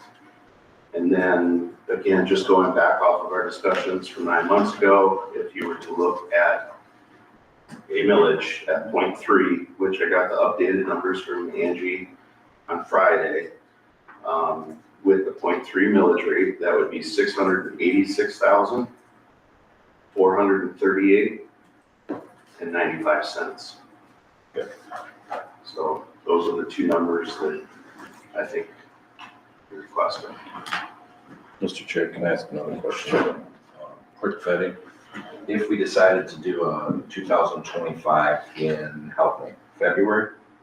May, how soon would we have to have everything, language, all that kind of stuff? You would need language beginning part of February. So if you shot for like the end of January, Okay. that would give you a good amount of time. And I think that's maybe, because we had talked about that, and I think that's maybe where John was bringing you Yeah. an idea of what language would look like, so that you would have time to review and consider that, because that was a question based on the last meeting as well. Because I think last meeting, that number was a lot less, if I remember right. Wasn't it like 180 or something?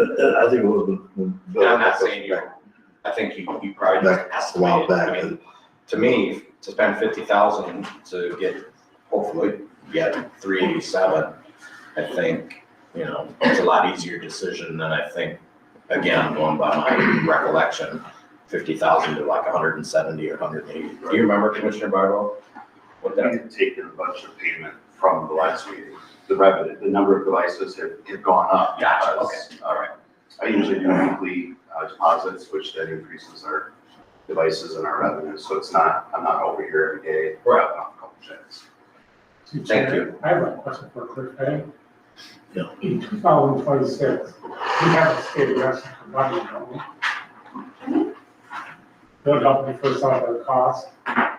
Yeah, no, it doesn't happen in cost, but what you said, it's already budgeted that year automatically. This year you have to have a special budget for it. You've done Right, so my election budgets are up and down, so on your odd years, the budget's gonna show lower, because we always plan for a small election. I did not plan for a county-wide, so in 25, I'd have to work with Clay on adjusting that budget some to include that. We've only planned for locals. But then if you look at the even years, the budget more than triples, if not quadruples, because of the 9 days of early voting, those costs are higher, and you will experience that every other year. So it's already built into the budget when we set that. And, whether it's whoever's in the controller seats, that's something whoever's working on the budget knows that every other year, my budget comes in high, and there's unfortunately no cutting it, because we've got Yeah. So, The final thing I want to speak on is I was asked to reach out to legal and get their opinion. And after speaking with Jamie, she said there is nothing that pertains to us not putting both options on the ballot. You can legally do that. She just doesn't recommend it. Somebody instructed you to reach out to our corporate? Yes, sir. yes, it was directed. Again, I don't know I for remember sure who hearing, was supposed to. that was but something that we need to do with check with corporate. I don't remember anybody instructing me. Yes, that Mr. was, Ramirez to check. yes, that was in there for somebody, whether it was John or whoever, Right. but to reach out and verify that with legal. Right. Because if you decided to place one on, should you go with both? And that was what we discussed, to make sure that it was one option. If we could even do If that. you could even do Right. that as because if you're going to go on in 25 and spend the money, do you want to get the most bang for your buck and potentially do two? Or was that not even a consideration? So, Yeah. yeah. And I think where we're at today, I mean, I think that's good discussion to have, so, to know. Okay.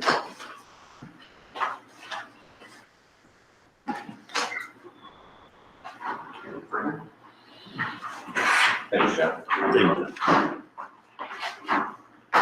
Well, number 13, the Economic Development Commission, EDC, additional appropriation request.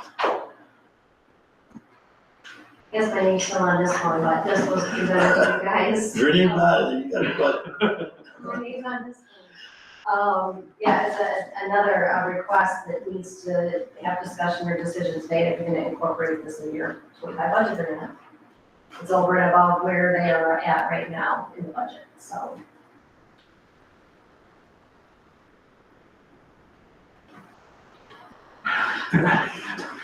Well, it's certainly, Jim, Yes, absolutely. it's certainly needed in the community. However, it is a non-mandated service, municipal. And when we do get into crunch time, the first thing that goes is non-mandated services. There's about, recycling is one of the limited knowledge. Senior service, economic development, road and marine patrol, public transportation, mental health services, fire and ambulance services, parks and recreation, and so those are the first ones that are viewed. So based on the past discussion, although I think it's admirable, no doubt needed, I think as finance chair, I recommend nothing at this time.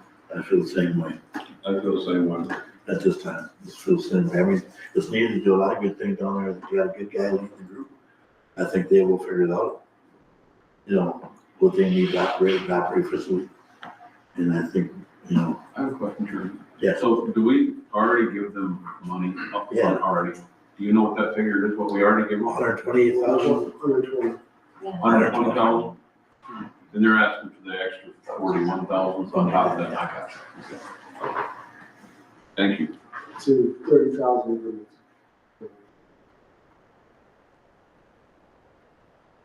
Yeah, it's at 120 right now. Okay, I don't know, I was thinking 128, but yeah. Okay, moving on to number 14.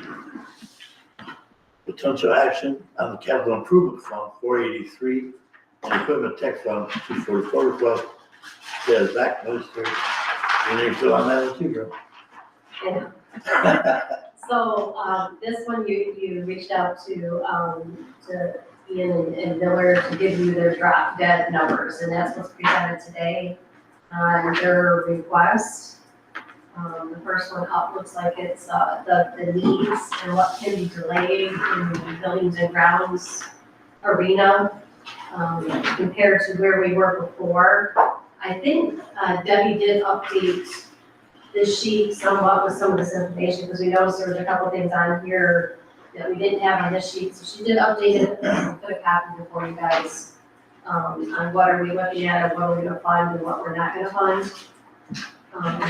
Or, you know, to make those decisions today, moving forward, so whatever you decide, that's gonna be the dollar amount that's gonna come from the general fund over into those funds to fund those particular projects in 25. Mr. Chair, I have a question. Yeah. The $100,000 for the People's State Bank building, isn't that part of money set aside? Yeah, it's a carryover. So there's money there for it. So at the bottom of the sheet, she's identified what is carryover, meaning we still need you guys to approve the projects, but there's money in there that we didn't spend that's gonna be part of the fund balance carrying forward to complete the projects. So we will identify those, you know, in the budget process. I know some, in the past, there was a little problem with the term carryover, but it's basically, you guys are adopting a budget that includes these items that will be funded from the fund balance that was already. Mr. Chair, can I ask a question? Sure. Well, yeah, both Director Miller and Ian What your new titles are. CIO. They were 2 years old. Just for this title for a while. All the last board meeting, there was discussion, wants, needs. Both of you, these are actual needs. Yes. Thank you. Mr. Chairman, can I ask Mike a Yes. question? Mike, on the dispatch windows, do you think that's a need? I mean, I see it's crossed out for 20,000. I mean, how do you feel about that? I mean, we talked about the jail windows, I know that, but I don't think we ever talked about the dispatch windows. Well,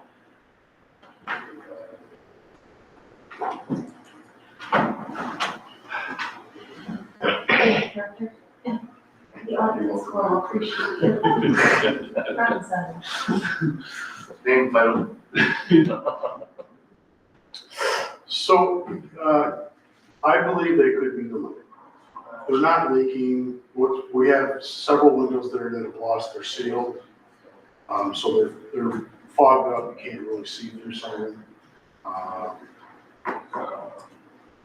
It's like anything else. It's very difficult to say it's not needed or it's needed because it is a need. I mean, we need windows replaced, but I looked at it as, is it critical? Is it like, are they leaking or they cracked or it's falling out? They're not.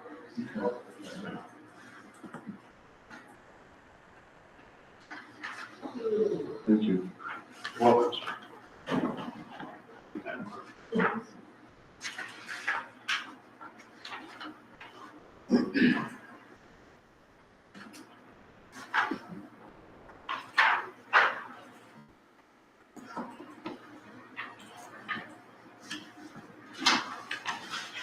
Any question? Any more questions? Yes. Clay, so what you're saying on the capital improvement request, total is 673,800, but 382,800 is already in the 24 budget. Correct, these are the new calculations, but I do have a question. We have still included $8,000 for the jail parking lot. Is that to stay on to Mike? the jail parking lot? Yeah, there's a, off the very top, it says $8,000. Parking lot ceiling? Should that, I don't think that should be on there. No. Okay, so we could reduce it by 8,000.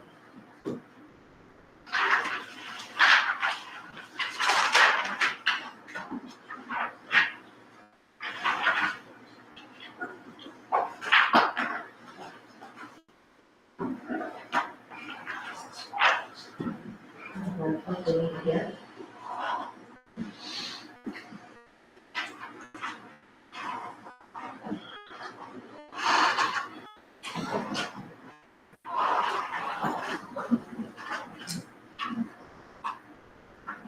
So 235. Double check on that.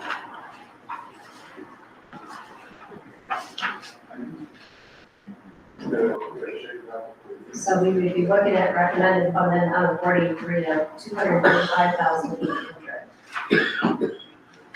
Well, no, where would that be at the, On this sheet that was handed out, so instead of the 243,800, we would take off the jail parking lot 8,000, and now that total of the account is 235,800.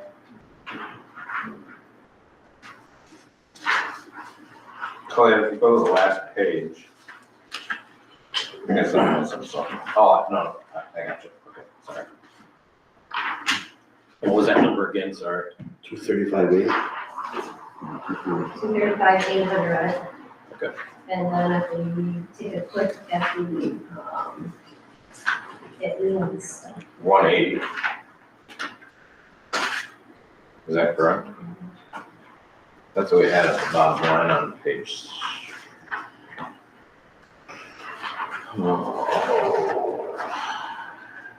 On page 2.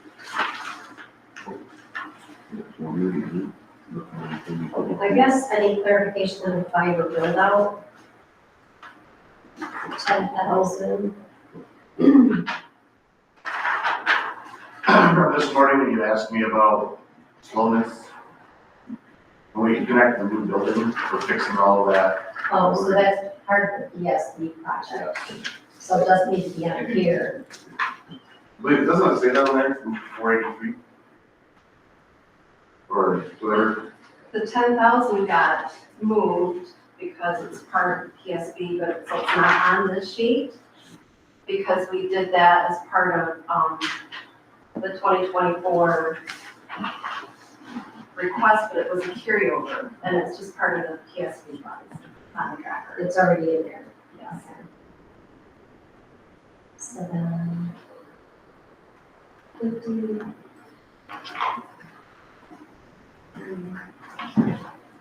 Okay, so this total of 180 includes the drain commission truck as well. And then all the other requests, here's. Future house drain comes to shop, right? It's included right now, We, but you guys didn't take any action on it, so we could take $40,000 off of that. So your beige column for the 244 fund would be at 140,000. And 235,800 for the capital improvement 483. Yes. how much was that, did you say? 235,800. No, not that. Oh, sorry, 140. Maybe down to 140.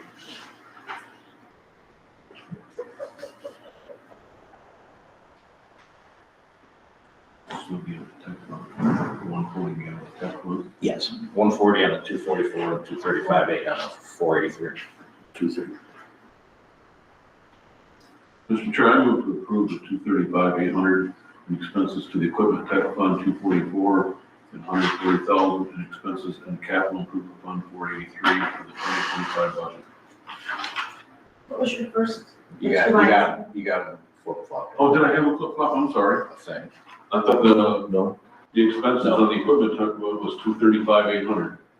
Am I right? I'm just asking for the number. No, the equipment tech fund is 140,000. Oh, I got it flipped around, I'm Yeah. sorry. yeah, The first blank would be 140,000. And then, and the 244 fund would be 235,800. That would be the 483 fund then. Yes, for the 2025 budget. And that would be 235,800. Sorry, I got it flipped around. So just to clarify, the first blank will be $140,000 even. That'll be the equipment tech fund for number 244. Yes. The second blank would be 235,800 in the capital improvement fund number 483. Yes. And I'm looking to Clea as she's verifying those Yes. numbers. Is that correct? Okay, thank you. Sorry, Tony. No, that's good. I got it flipped off. If it's flip flop, that's not, that will be Yes, fixable for a couple of weeks. So Yeah. that will hurt. Big problem. Yeah, just one. I know, I got this listed, sorry. That's okay, that's all right. So we do not have a second yet. Support. the move by Commissioner, support by Commissioner Cook. The move to approve $140,000 in expenses to the equipment tech fund 244 and $235,800 in expenses in the capital improvement fund 483 for the 2025 budget. That is, motion. Any more discussion? All in favor, say aye. Aye. Motion's been approved. And I just want to clarify, that's establishing the budget. The money that has to be transferred, obviously, you've got 100,000 that's already sitting there for the PSB building. So that's not the dollar amount that's going to be transferred, but that's the amount that's going to be approved to spend, and include your carryovers. Thank you. Any more on that now? We can move on to number 15. Tuscola County Public Notice Board of Commissioners for the 2025 budget public hearing.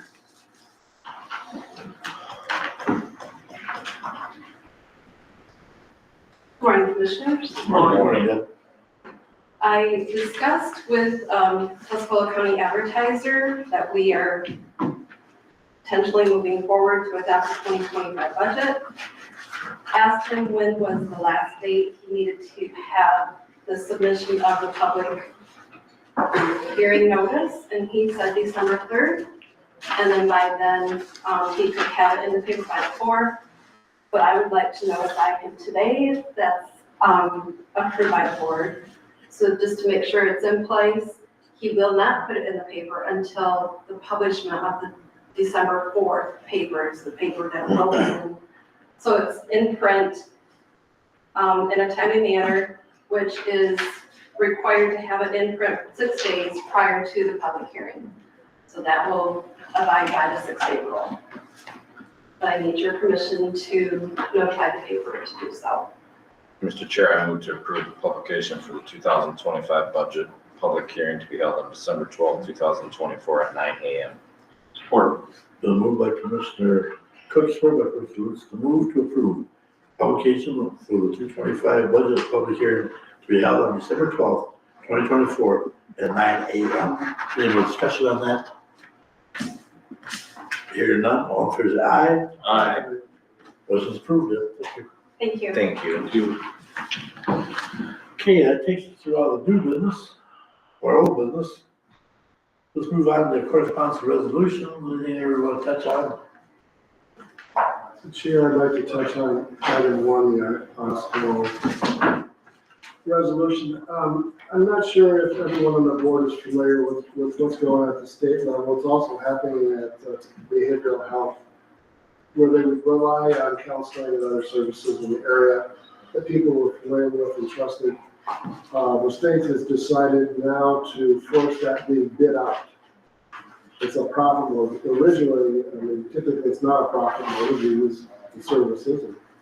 And people like to stay in the community, they don't like to drive. They have to drive. So I support this in a sense. I know we've been talking about it at behavioral health. They were supposed to have a resolution a couple months ago over to us. I'll have to further follow up with Julie with the same situation, but it spells it out well.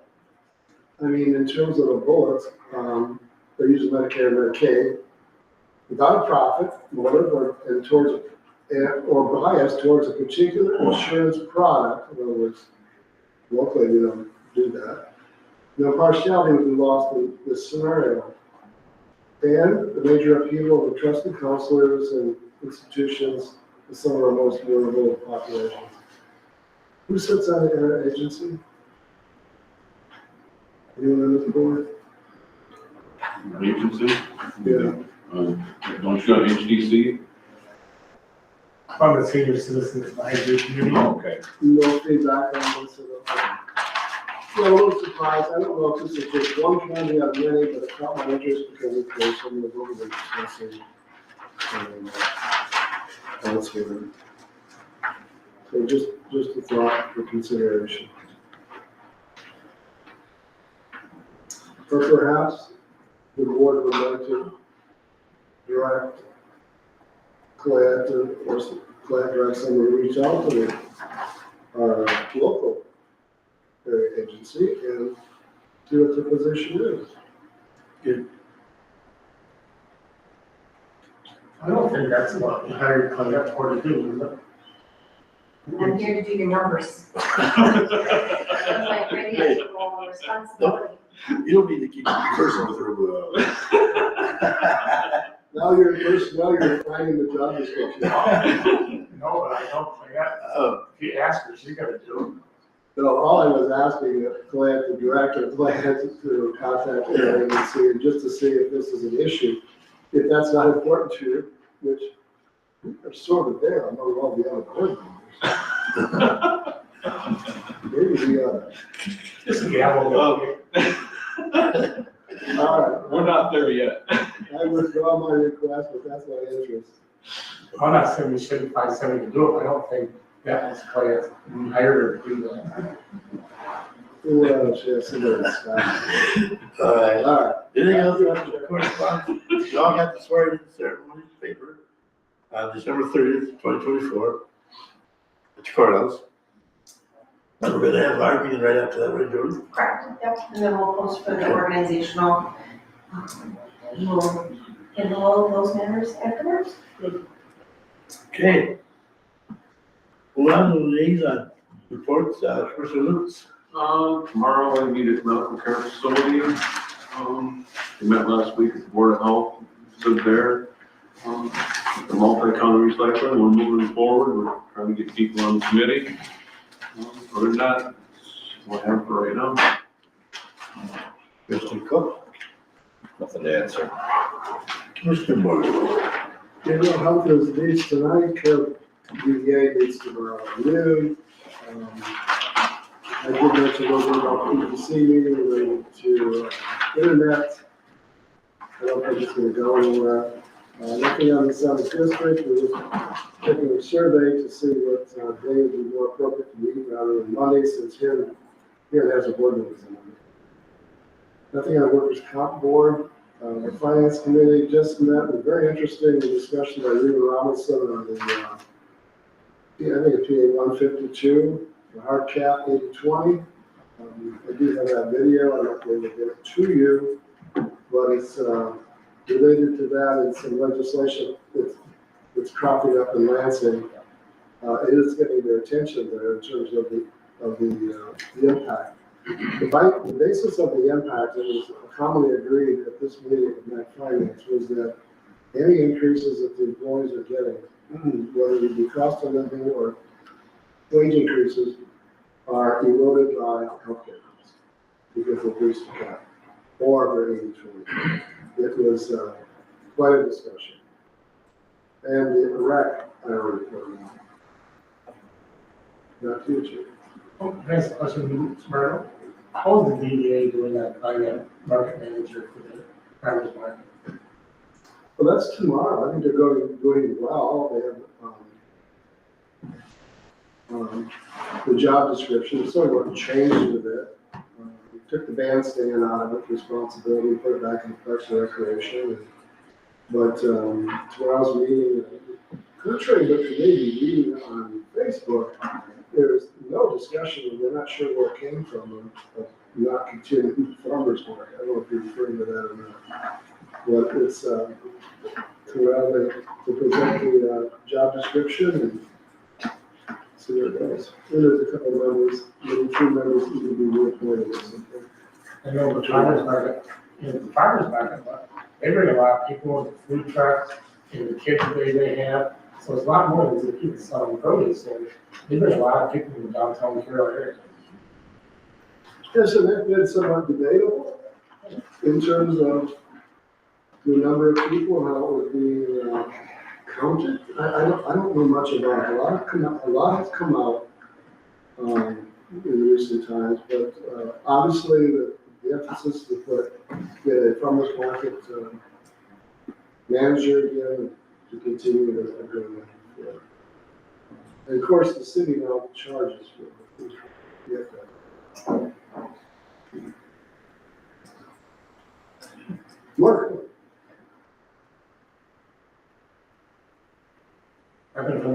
Those were you, Mr.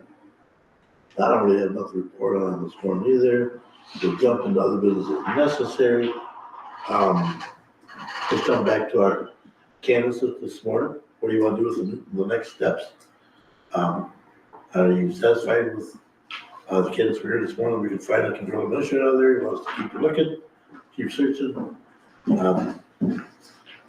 I don't want to keep searching. We just fix that can down to another 3, 4, 5 weeks.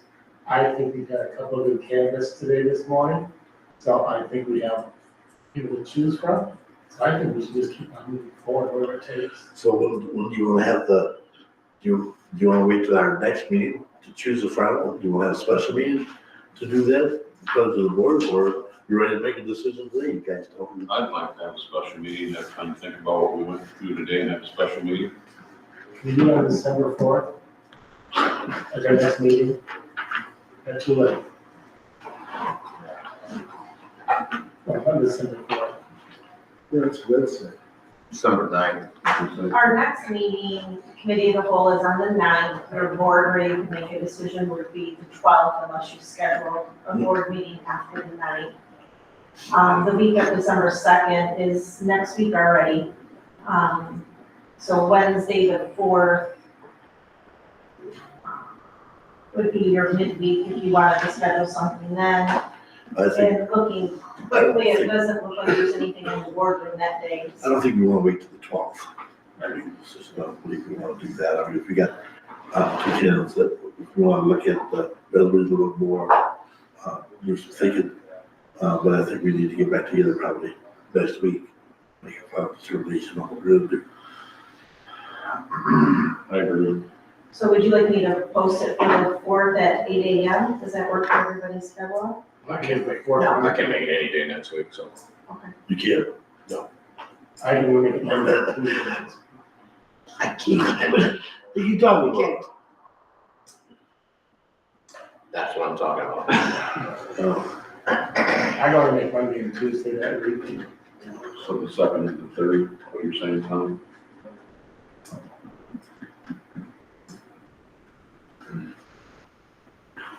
What do you think, Mr. Bardwell? I'll probably be traveling the second. yeah, so, The only day I could is the third. yeah, so we're kinda. You're gonna be out of town, second or third? I can do the third. I So we can, have a land bank authority meeting in there at 8:15 AM. Also, it says big desk moving day at 9:30. Yes. Does anybody feel comfortable to who they feel? This is their own job to make. Does anybody, you want to move today on, is what you're saying? I'm just asking if anybody feels. I'm ready to move today if there's pleasure of the board. I mean, Yeah, I feel that I'll advocate for whatever you want to do. I feel, I'm ready to move forward. I think they'd be a fine day. okay. Commissioner Burke, what do you feel? Can't be here next week. No. You're 5 minutes behind, you're 5 minutes behind, buddy. He should take that out. He's out there, you know. It's out there. Yeah. Oh, How do you feel? Do I need to remind everybody that I have a job? Sir? Well, it's in the field. Okay, so I think we have consensus that we can go ahead and do this today. Pleasure of the board. I don't have a proposed motion Yeah. prepared or anything. I wonder if there's certain things that maybe the HR would want in that motion. Could we take a break I for was thinking you want to take just a 5-minute recess and we can, about 10? okay? You coming Well, back, okay, you're more time minutes to get ready. Yeah. coming back after recess? No, we don't, Stop, we don't know. Well, we can leave it blank with the name. We Yeah. can get the body crafted Okay. as to, Should be ready in the name. then you can add the name. So if we just take like a 10-minute recess, we can work on that. Board will stand recess for 10 minutes.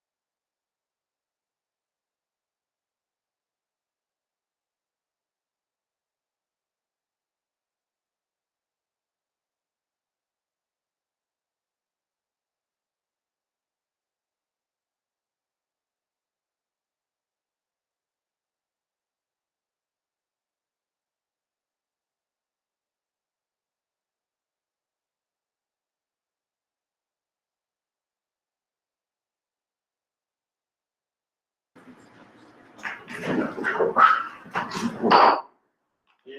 everybody. Just taking a little short break, we'll be right back. Continue the committee meeting this morning. And, we just went over some other business as necessary that we discussed. And, on the control administrator position, and we're ready to move on that. Mr. Chair, I'd like to make a motion to move that Jody Holbrook be offered the control administrator position contingent upon satisfactory background check and physical. Personnel committee to schedule a meeting as soon as possible to set start date and beginning salary and discuss employment contract. I'll support that. So moved by Commissioner Barlow, support by Commissioner Roots. Move that Jody Holbrook be offered the control administrator position contingent upon satisfactory background check and physical. Personnel committee to schedule a meeting as soon as possible to set start date and beginning salary and discuss employment contract. There's a motion, any more discussion? We want a roll call vote on this? Yes, please. We're ready, Ben. Thank you. Commissioner Cook? Yes. Commissioner Young? Yes. Commissioner Barco? Yes. Commissioner Lutz? Yes. And Commissioner Vaughn? Yes. Motion carries, thank you. And I will take that. So does this mean I That's our can, only copy. does this mean I can work next Tuesday morning? Oh, man, that's awesome. Thanks, everybody. It's all of you. Yeah, probably here. Personnel committee, the other day, I think, how you do next Monday, Tuesday, or Wednesday? Well, we gotta do a background, so we gotta do that first, right, Sean? Let us know when you're ready. Okay. Cause you know me, I'm good about any time, as long as I have 10-minute notice. Okay. I give my wife 10 minutes to leave. I'm just trying to work with your case. We got it covered. Okay. Dear And God. the other thing is, why is there, let's see, get back to, do we make a motion on the non-unions? We haven't done that yet.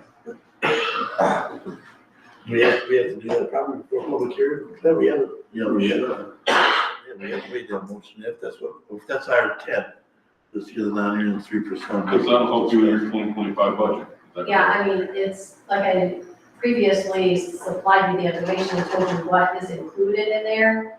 But yeah, because of the mishap, maybe I didn't say a specific motion for everything. So Right. it got included because you guys had discussion on it previously. But I didn't know if you acted on it yet, and that sounds like you officially haven't acted on Yeah, we have. that. So if you want to, that's fine. I'll make a motion that we add 3%, the non-unions, in the 2025 budget. Is that good, Madam Clerk? 3% wage increase. Increase, yes. Wage increase for all non-union employees I'll for support the I'll support that. 2025 budget cycle. Yeah, yes, I'll Budget support that. cycle, 2025 budget cycle. thank you. Do you need anything else in there for budgeting? Good, Clea? I guess I assumed that from previously, so. So I'll read that back, just to make sure I capture it correctly, if that's okay, Chairman? Yep. It's been moved and supported to add a 3% wage increase for all non-union employees for the 2025 budget cycle beginning January 1st, 2025. It would, or, yeah, we simply run on the calendar year, it clarifies that. Can I ask a question? Do we normally put not covered by any other agreement or grant?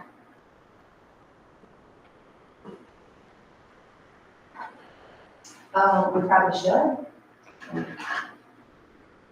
I don't think we have in the past. It's probably a good idea, because we have some, they're exempt from it because of that. Think of that. And is that something that's a friendly amendment, or do you want to do an official amendment to that? Friendly. That's a friendly one to be. I'm fine with that. So the full motion would now read, it's been moved and supported to add a 3% wage increase for all non-union employees for the 2025 budget cycle beginning January 1st, 2025, for those not currently covered by any other agreement or grants. It's been moved by Commissioner Roots, supported by Commissioner Young. Is there any more discussion? Hearing none, all in favor say aye. Aye. Motion is passed. Thank you for that, commissioners. Sure. Yes, You Thank wanna- you, Jody. yeah. You're welcome. I got a question, if I may, I'd like to ask a question, Sharon. Quickly, in the budget, because of legislation related to sick pay, which is February 2025, there was also the issue of minimum wage, incrementalization. I saw an announcement that a federal court in Texas stated. Correct. And I'm just thinking of budgetary purposes, first of all, the sick pay, I don't know what the impact would be, but that's already figured in, it takes effect, or. They've previously done this, so we, or- yes, and then the white collar law, that's currently at a stay. Did you say three things? I'm sorry. No, it was the white, it was. Department of Labor. Word, but the white collar and those who receive it, most likely will not be a tax, so that will be stayed and. Minimum wage, we're fine with. I think that was the third thing you did say, so yes. Like, we're fine right now with all of those. Of course, they could make changes by the end of the year that would affect us, but I think there'd be some type of grace for us to move, but I do have a list of who it would potentially affect, so. I did talk to Jamie Nasidis about that, and her best advice was to hold right now, so that is what we're doing. So, Okay. purely budgetary. Okay. Okay, any other business? Yes, sir. We'll go into brief public comment. Anyone wants to address the board this morning? Time to do that now.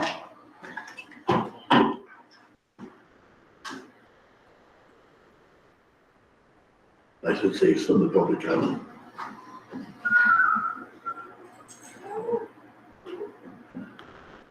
See nothing out there?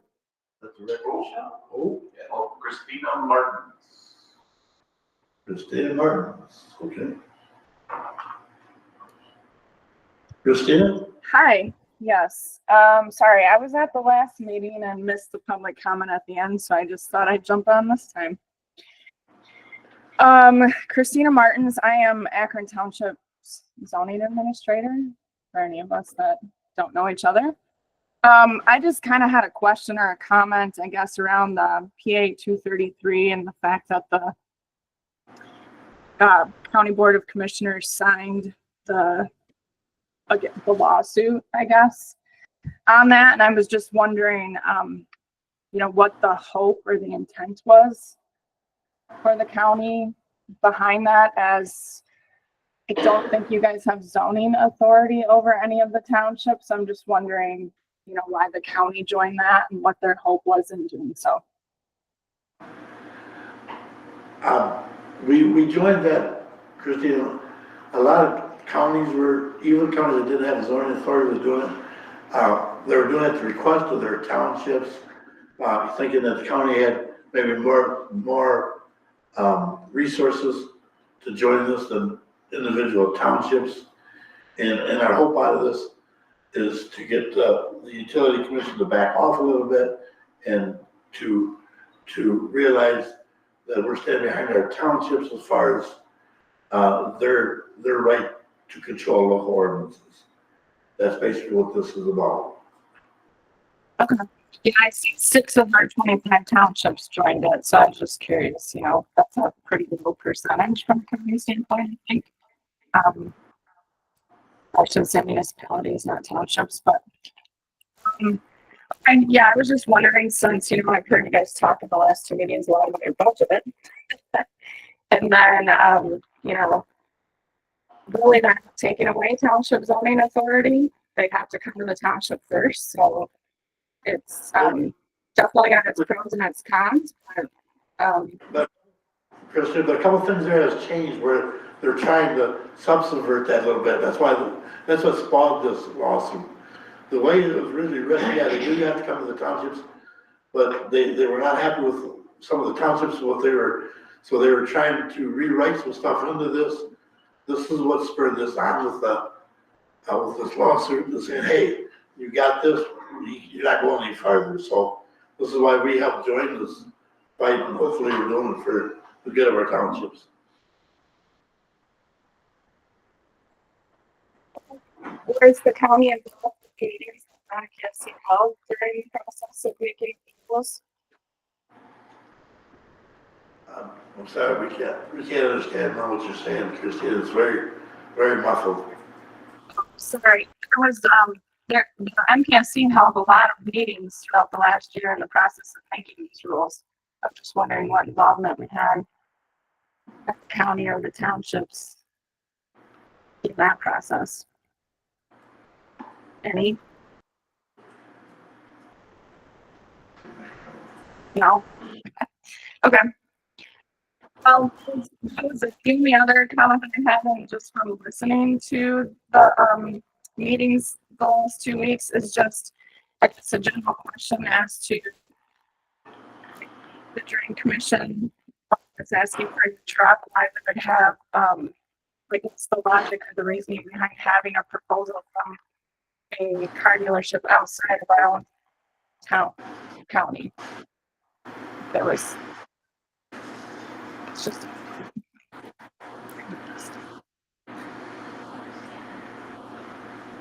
I think what I gathered is that, she would encourage, if the truck was to be, agreed Because it was upon for outside of the, the county. yeah, that it be purchased from a dealership within inside the county. Yeah, I would just think we want to support our own county businesses, so I was surprised that the only quote in there was from outside of the county. It's just a comment. That's what I could gather. Me too. Thank you for the call, Christina.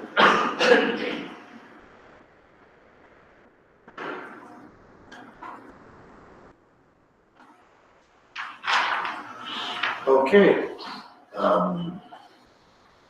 That's the record show that said the public comment was offered. We did have one participant. Mr. Jim Marks was on the language. Said her name was. And with that, we'll take a motion to adjourn. I'll make that motion. Support. We'll move by Commissioner Lee, supported by Commissioner Cook to adjourn the committee meeting this morning. All in favor, say aye. Aye. All opposed? Committee meeting has been adjourned. Thanks, everybody. Merry, have a great Thanksgiving weekend. And listen, Merry Christmas. And I almost said Merry Christmas. But we're gonna move into the statutory finance part of the meeting this morning.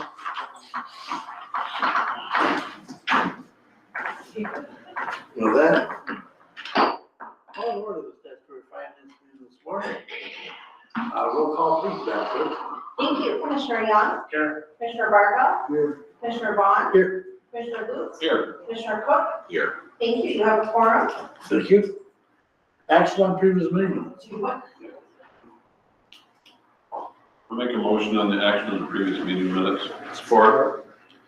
The move by Commissioner Booth, supported by Commissioner Young, to take action on previous meeting. Any more discussion? All in favor, say aye. Aye. Those approved.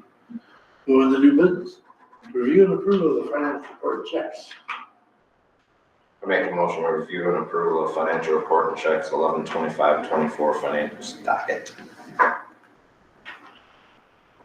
Support. Been moved by Commissioner Cook, supported by Commissioner Booth.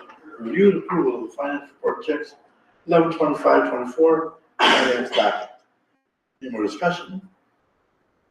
All in favor, say aye. All opposed? Motion is passed. Review and approval of daily report checks. I make a motion to review the approval of the daily reports and checks 11/25/24 daily docket. Support. The move by Commissioner Lee, supported by Commissioner Cook, to review and approval of the daily report and checks 11/25/24 on the daily docket. Any more discussion? All in favor, say aye. Aye. Review and approval of the per diem report checks. I move review and approval of per diem report and checks November 11/25 4th per diem. Support. Been moved by Commissioner Cook, supported by Commissioner Luce, to review and approve of the per diem report and checks in November 2024 per diems. Any more discussion? All in favor, say aye. Aye. Per diems have been approved also. Now, see anything under old business? We'll take a public comment for statutory finance part of our meeting this morning. Anybody wants to address the board on the statutory finance?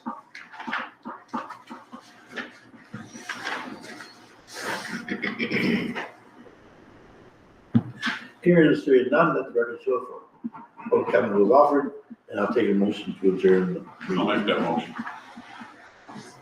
So moved by Commissioner Lewis, supported by Commissioner Young, to adjourn the statutory finance meeting this morning. All in favor, say aye. Aye.